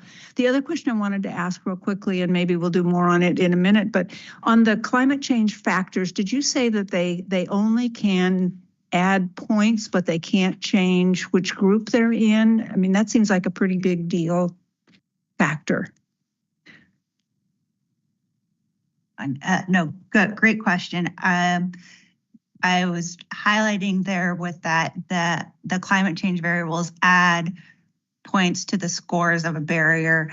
We didn't want to penalize any barriers for not possessing any of those habitat, modeled cold water or change in future thermal suitability, but the final score is the final score, and that is used to group them. So they're in the group that they score out in, but those factors won't reduce where a barrier is placed on the list by subtracting points. Okay. Maybe more on that one in a minute, but that really helps at least for now. So thank you. And I think maybe we'll go ahead to Terry Turner, and then we can, don't go very far. So if you'll come up, and then we'll ask you to come back to the table, if you will.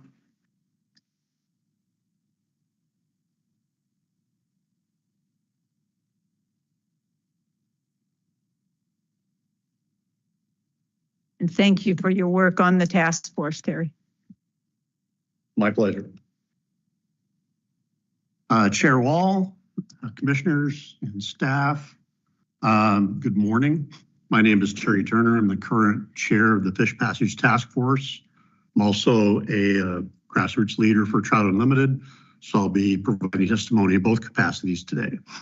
I also participated in the working group that updated the priority list. I want to express my strong support for the 2025 statewide fish passage priority barrier list.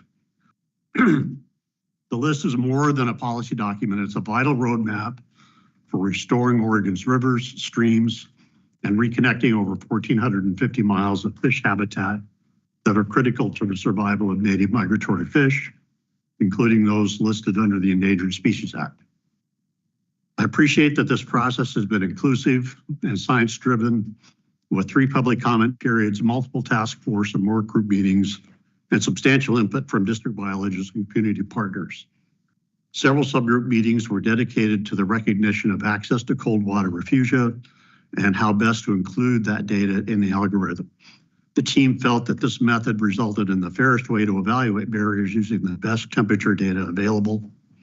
The method used to evaluate barriers such as habitat quality, thermal suitability, and future climate predictions reflect a thoughtful, forward-looking approach that recognizes the importance of resilient watersheds in our future climate. It's also encouraging to see the tangible progress made since 2019, including the removal or improvement of 86 projects for major dams to small culverts. I urge the Commission to approve the 2025 priority barrier list and continue supporting cooperative efforts with landowners, operators to improve fish passage across the state. Thank you for your commitment to Oregon's waterways, fish populations, and the broader environmental legacy we're building for our future generations. I'd also like to call out and thank the staff that worked on this project with us. Catherine Nordholm for her leadership and keeping us on task, and Courtney Zambori for her incredible skill in parsing all of this data and providing a way to include all that critical data in the calculation, and for Greg Apke and Mac Barr for their leadership of the Fish Passage Task Force. I'd also be remiss if I didn't thank the director for displaying her Salmon Superhighway sticker on her laptop, and which is a Trout Unlimited led project. That's a watershed scale fish passage and community infrastructure project that I'm happy to be part of as well. Thank you. Questions for me? Yeah, I'd love to answer some if there are any.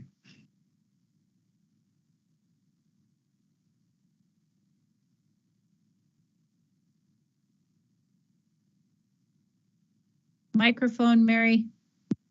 Thank you. Do you need me to ask the question again? No. Can you talk a little bit, if you will, Terry, about your takeaway on climate change from the comments that people came in and made to you? I think my biggest takeaway is that the presence of cold water refugia and the availability of that going forward is going to be one of the most critical factors in successful population growth or recovery of any of these fish. And so I think the comments that we got reflected that recognizing where the cold water sources were and how those connected to barriers were I think a big factor in how we included that data in the equation. And just one quick follow up on that. You heard a lot about the aquatic habitat tools and the analyticals, right? Yes. Yeah. Yeah, we did. It's great. Courtney is phenomenal. She's an amazing person that really added a lot of skill to this project. I'm happy to work with her on that. Thank you. Right. Well, there is a question from Vice Chair Hatfield-Hyde. Yes, I would just really like to express thanks for all the work you've done on this and the staff. It's a tremendous amount of work and really hopeful. So that's all. Thank you. Then let's have staff come back up. And commissioners, any further questions? Commissioner Labhart, or comments? It's actually a question. So I think the majority of this commission was around in 2019 when we did the last update.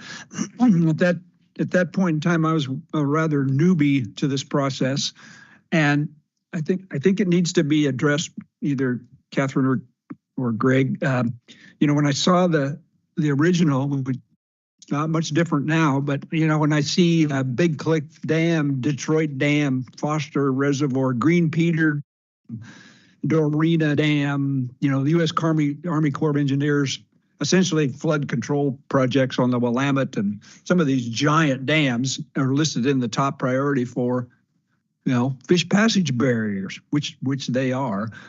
I thought to myself at that point in time, well, we're not going to take out all the dams on the Willamette, as a priority, at least because of flood control back in the 50s or whenever they put these dams in. And so but they're still listed because of the formula process and the way the process works. So could you just elaborate on that a little bit, Greg? I mean, there's the 200 and some, that are listed, or, the projects that we've done to eliminate fish passage barriers on smaller projects and those kind of things. But if somebody's looking at this for the first time and said, boy, we need to take out Detroit Reservoir, Detroit Dam, because it's a fish passage barrier, it's a high priority, which likely isn't going to happen, probably because of flood control, U.S. Army, or some people might say, yeah, let's take it out, but I don't think it's going to happen. So back in 2019, when I was wrestling with that in my own mind, I'm going, what? What are we doing listing all this stuff? So could you identify that? So if the public looks at this map and they go, wow, look at all these major dams on these major rivers. Why are they up high than some of these lower ones? So it helped me at that point in time to address it. I think it needs to be addressed again. Commissioner Labhart and others, great question. The list is the list. The data speaks for itself. And absolutely, the top 10 list is predominantly federally owned and managed mainstem dams that do impair hundreds of miles of habitat above them. So in 2019, I looked at the list, and even before that, and looked at, for example, J.C. Boyle Dam. So why is that on the list? It's never going to come out. Well, guess what? So I'm hopeful over time that our agency continue to work and leverage with our federal partners and not overlook the importance of these mainstem dams. But it is absolutely challenging. There are a lot of politics at play. We could hide those top 10 and call that a list that maybe we won't be able to in the next 10, 20 years to make a lot of progress on, but I don't think that does the list a disservice. Frankly, we can't lose sight of those mainstem fairly owned and operated facilities because those are and continue to impair passage. Not sure if I have a great answer for you other than I think we need to keep those on the top of the list for the obvious reasons. When there are opportunities to have focused discussions with the owners of those dams and trying to achieve success passage stories, I think there's tremendous value keeping those on the top of the list. And just to, Commissioner Hatfield-Hyde and I worked on one of the dam projects over in Central Oregon, and we found out how difficult it was to address some of these passage issues on giant dams that were mainly put in for not fish passage issues, but for irrigation, for flood control, for storage, those kind of recreation, all of those kind of things. So, what my point is there's other factors that go into it. I'm not arguing against this at all. I think the data is the data and the fish passage is the fish passage. And that's what it shows. But there's kind of stories on the side that go along with some of this stuff. That's my comment. Good point. Thank you. Commissioner King. Thank you, Chair Wall. And thank you guys once again. This question speaks to, I think, kind of the public input and the public comment and all of the sessions you had. You had at least 3 in terms of where you received comment about, hey, you missed this one, or hey, what about that one? And this speaks to the North Clackamas Watershed Council, which is where the Kellogg Dam is. When that is gone, that will be some cold water refugia, which is something that is listed in your model. But within that system, they listed 4 others, at least 4 others of kind of perch culverts and et cetera, and they kept saying, hey, they're not on the list. And so, but clearly, because you'll be able to tell me which numbers they are, that they were listened to, they were heard, that this was impacted, and that you guys thoughtfully and considered all of this. And this, I think, speaks to the addition that now there are 611, is that you found these other ones. And so maybe you talk me through that process and which ones are where and where they are. And I guess in your outreach, hopefully you reached back out to them and said, hey, we did this and why. Yeah. I will take that one. Thank you, Chair Wall. Dr. King, that's a great question, and I'm glad you asked it because it does get to the process that we've gone through and the importance of the partners that submitted the public comments and the information that we received from them. So the North Clackamas Watershed Council did submit a couple of public comments, and within that they listed their 5 highest priority barriers within their region, and Kellogg Dam was number 1. Then the other 4 were barriers that we did not have on the list, so we have worked to get them added. And I think 3 of those weren't even on our barrier database, and so that kind of goes to then they have been added into our barrier database as well. So you wanted to know where they were. The Dean Creek one was their second priority. It's in group 12 with a score of 177. Their third priority was River Forest Creek culvert was in group 11 with a score of 201. Their fourth priority was Walta Vista and River Road culverts. Those are in group 13 with a score of 159. And then they had another culvert on Kellogg Creek. That was their fifth priority. It was in group 12 with a score of 107.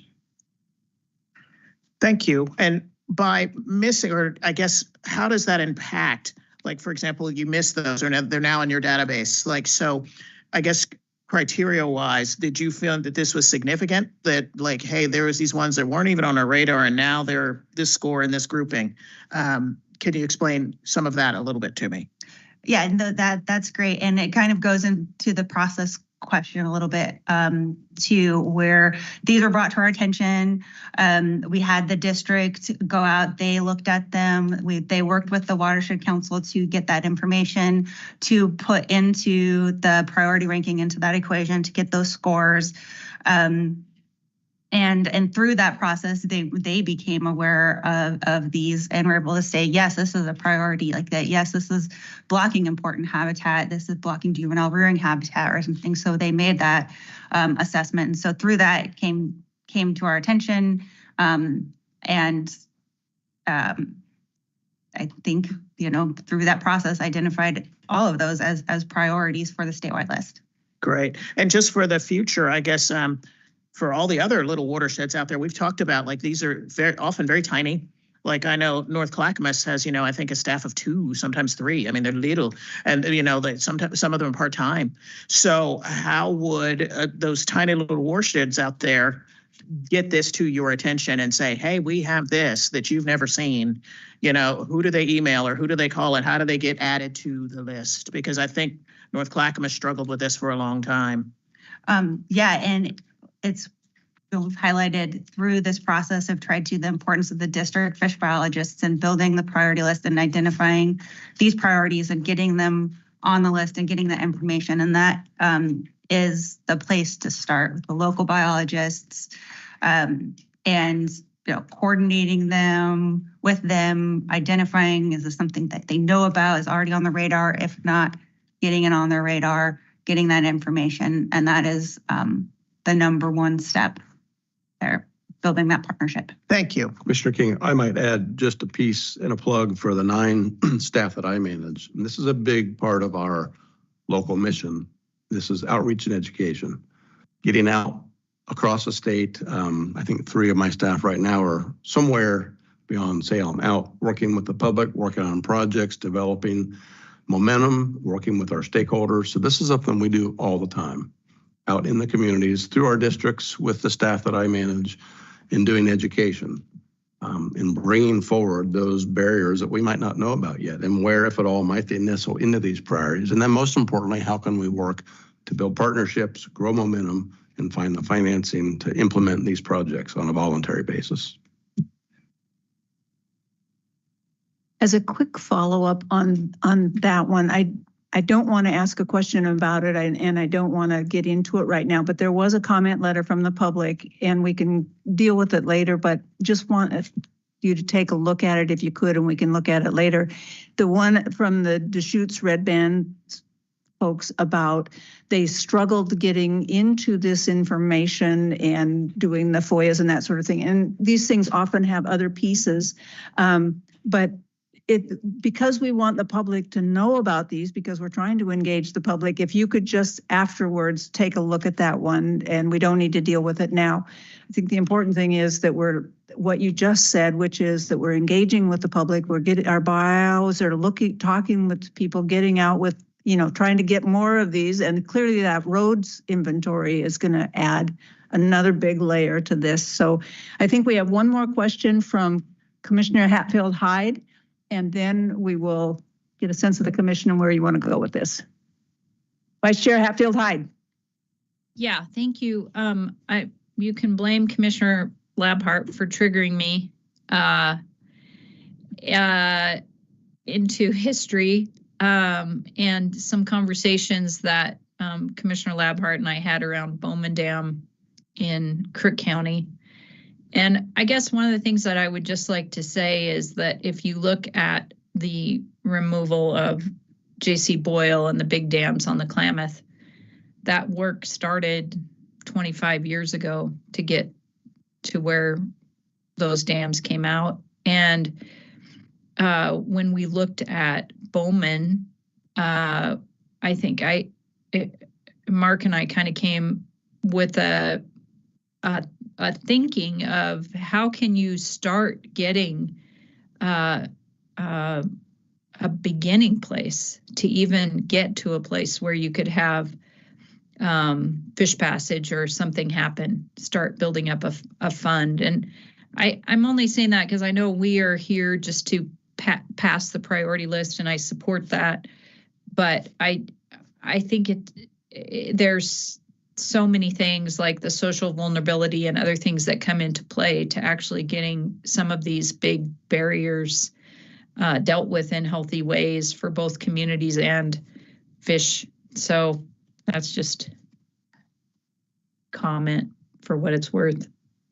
Not much. Yes, it is. It's an important. Thank you. Commissioners, any other discussion or questions on this one? If not, do I hear a motion? No, I was going to mention anyway, just that I would like to see an explanation down the road. I'm okay with voting for this, but I would like to see an explanation of why Winchester Bay, which has had a history of good fish passage, is got moved up so high on the priority list. Because I think that might have happened maybe even before I was here. Okay. Madam Chair, I would move approval of the 2025 State Fish Passage Priority Barrier List as presented and direct department staff to continue working cooperatively with owners of artificial obstructions on the priority list to provide fish passage. There's a second. I'll second. Thank you. It's been moved and seconded to approve the 2025 statewide fish passage priority barrier list as was just read into the record. We're going to do a roll call on this, if you will, Michelle. Yes. Elbrick. Yes. King. Yes. Haldefreeze. Yes. Hatfield Hyde. Yes. Wall. Yes. Unanimous. Thank you very much. It's great. Thank you. We're going to go ahead with one more item before lunch, and so we will do the Oregon game bird regulations. You wanted to do D. Oh, sorry. Okay. Hold the phone. I got D ready because I thought that's what. Oh, okay. That's going to be way more than 10 minutes. Yes. Yeah. Okay. We're changing course, and I didn't get the message right. Yes, you. Okay. Yeah. She told me right, and I got it wrong. Exhibit D, sport and commercial Pacific halibut regulations. And then we will do lunch. Then we will do game birds. Otherwise, my popularity is going to go right down the tube.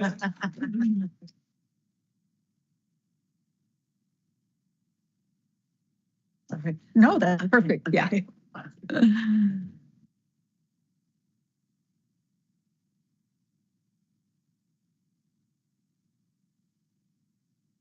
There should be a presentation.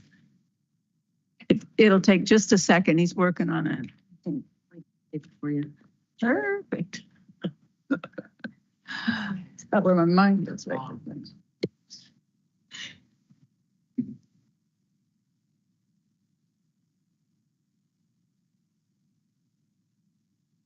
Hi, everybody.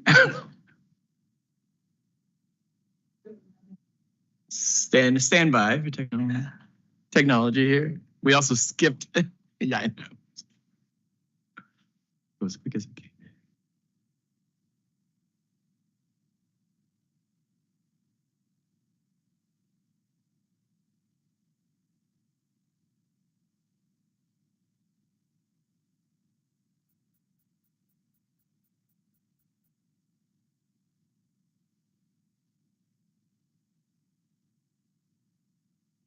Got a little order in me.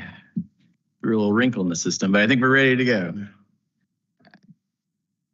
Good morning, Chair Wall, Vice Chair Hatfield Hyde, online, don't know where the camera is, Commissioners, Director Colbert. My name is Christian Heath. For the record, my name is Christian Heath. I am the project leader for Pacific Halibut and Sport Groundfish with the Marine Resources Program in Newport. I'm here to talk about the 2025 Sport Halibut and Commercial Halibut Regulations and Fisheries. Today, did I get used to that? Today, the commissioners are asked to adopt quotas, season dates, and management measures for the sport and commercial Pacific halibut fisheries in 2025. Pacific halibut fisheries are federal fisheries. Therefore, staff will be recommending that the commissioners adopt federal regulations by reference. I will provide a brief overview of the management process and allow for time for any questions the commissioners may have. The finer details, such as season dates and quota, are provided in the agenda item summary. Management of halibut on the West Coast is a collaborative process, a key component of the ODFW's climate and ocean change policy. The International Pacific Halibut Commission, IPHC, is responsible for the overall research and management. The Pacific Fisheries Management Council develops annual regulations for Pacific halibut fisheries, and the 3 West Coast state agencies, along with the Washington Treaty Tribes, actively monitor fisheries and ensure the interests of stakeholders are represented at the council level with a voting seat and membership in advisory committees. There are multiple opportunities for public involvement in the international, federal, and state levels. Because of the comprehensive scientific and public process, we are confident that the resulting halibut federal regulations present the best available science, along with the interests of Oregon stakeholders. Thus, our annual recommendation to the Commission is to adopt federal regulations into Oregon Administrative Rule by reference. During the Council's annual halibut management process, a catch sharing plan is developed, which specifies how the West Coast quota provided by IPHC will be allocated amongst the different fisheries and subareas. In addition to fishery allocation, the catch sharing plan also specifies season structures, bag limits, and in-season flexibility within and between recreational subareas. The blue shading on the slide highlights the commercial halibut fisheries along with the Oregon sport halibut fisheries, and those are the halibut fisheries that are directly tied to Oregon and what we're discussing today.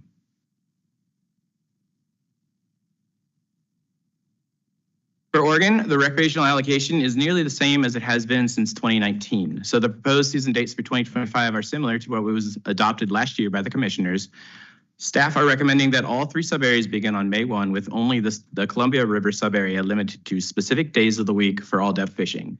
The Columbia River subarea is limited to specific days based on the week of landing due to the co-management with Washington Department of Fish and Wildlife. This subarea aligns in both Oregon and Washington waters, and they prefer to align halibut fishing opportunities with other Washington subareas to avoid crowding in certain spaces that are open and to avoid when certain areas are closed and other areas are open. Sometimes we get crowding on the docks. For subareas south of Cape Falcon and north of Oregon-California border, staff are recommending that halibut fishery begin with a 2-fish bag limit instead of a 1-fish sub-bag limit, as quota attainment has been low in recent years. For additional details on the recreational season structure, please refer to the halibut map that is available in Exhibit Packet Attachment 8. There are no changes to the direct commercial halibut fishery this year, as the season will begin on the 4th Tuesday in June as a 3-day opener with the second opener scheduled for July 8 through July 10. This fishery is managed coastwide as one fishery from the BC-Washington border on down south to California, though the majority of the commercial harvest of halibut comes into Oregon ports. And with that, staff recommendations. Adopt the federal rules for Pacific halibut recreational commercial fisheries by reference, which include the harvest levels, sport season dates, commercial opening dates, and the 2025 Pacific Halibut Catch Sharing Plan. And thank you. With that, I will take any questions the commissioners may have. Commissioners, questions? I have one question. It's a general, very general one, but in some of the fisheries, and we heard a little bit about one of them this morning, there are some differences of opinion, if you will, between recreational and commercial over time. Mm-hmm. I haven't heard that come up in this one. Is this the rare one where we're free of that, or? There's certainly, thank you for the question, Chair Wall. There's certainly some rift, if you will, between the commercial and recreation fisheries. There always is. There's a misconception. In this fishery, it is the commercial fishery is so small. It's 3 days here, 3 days there.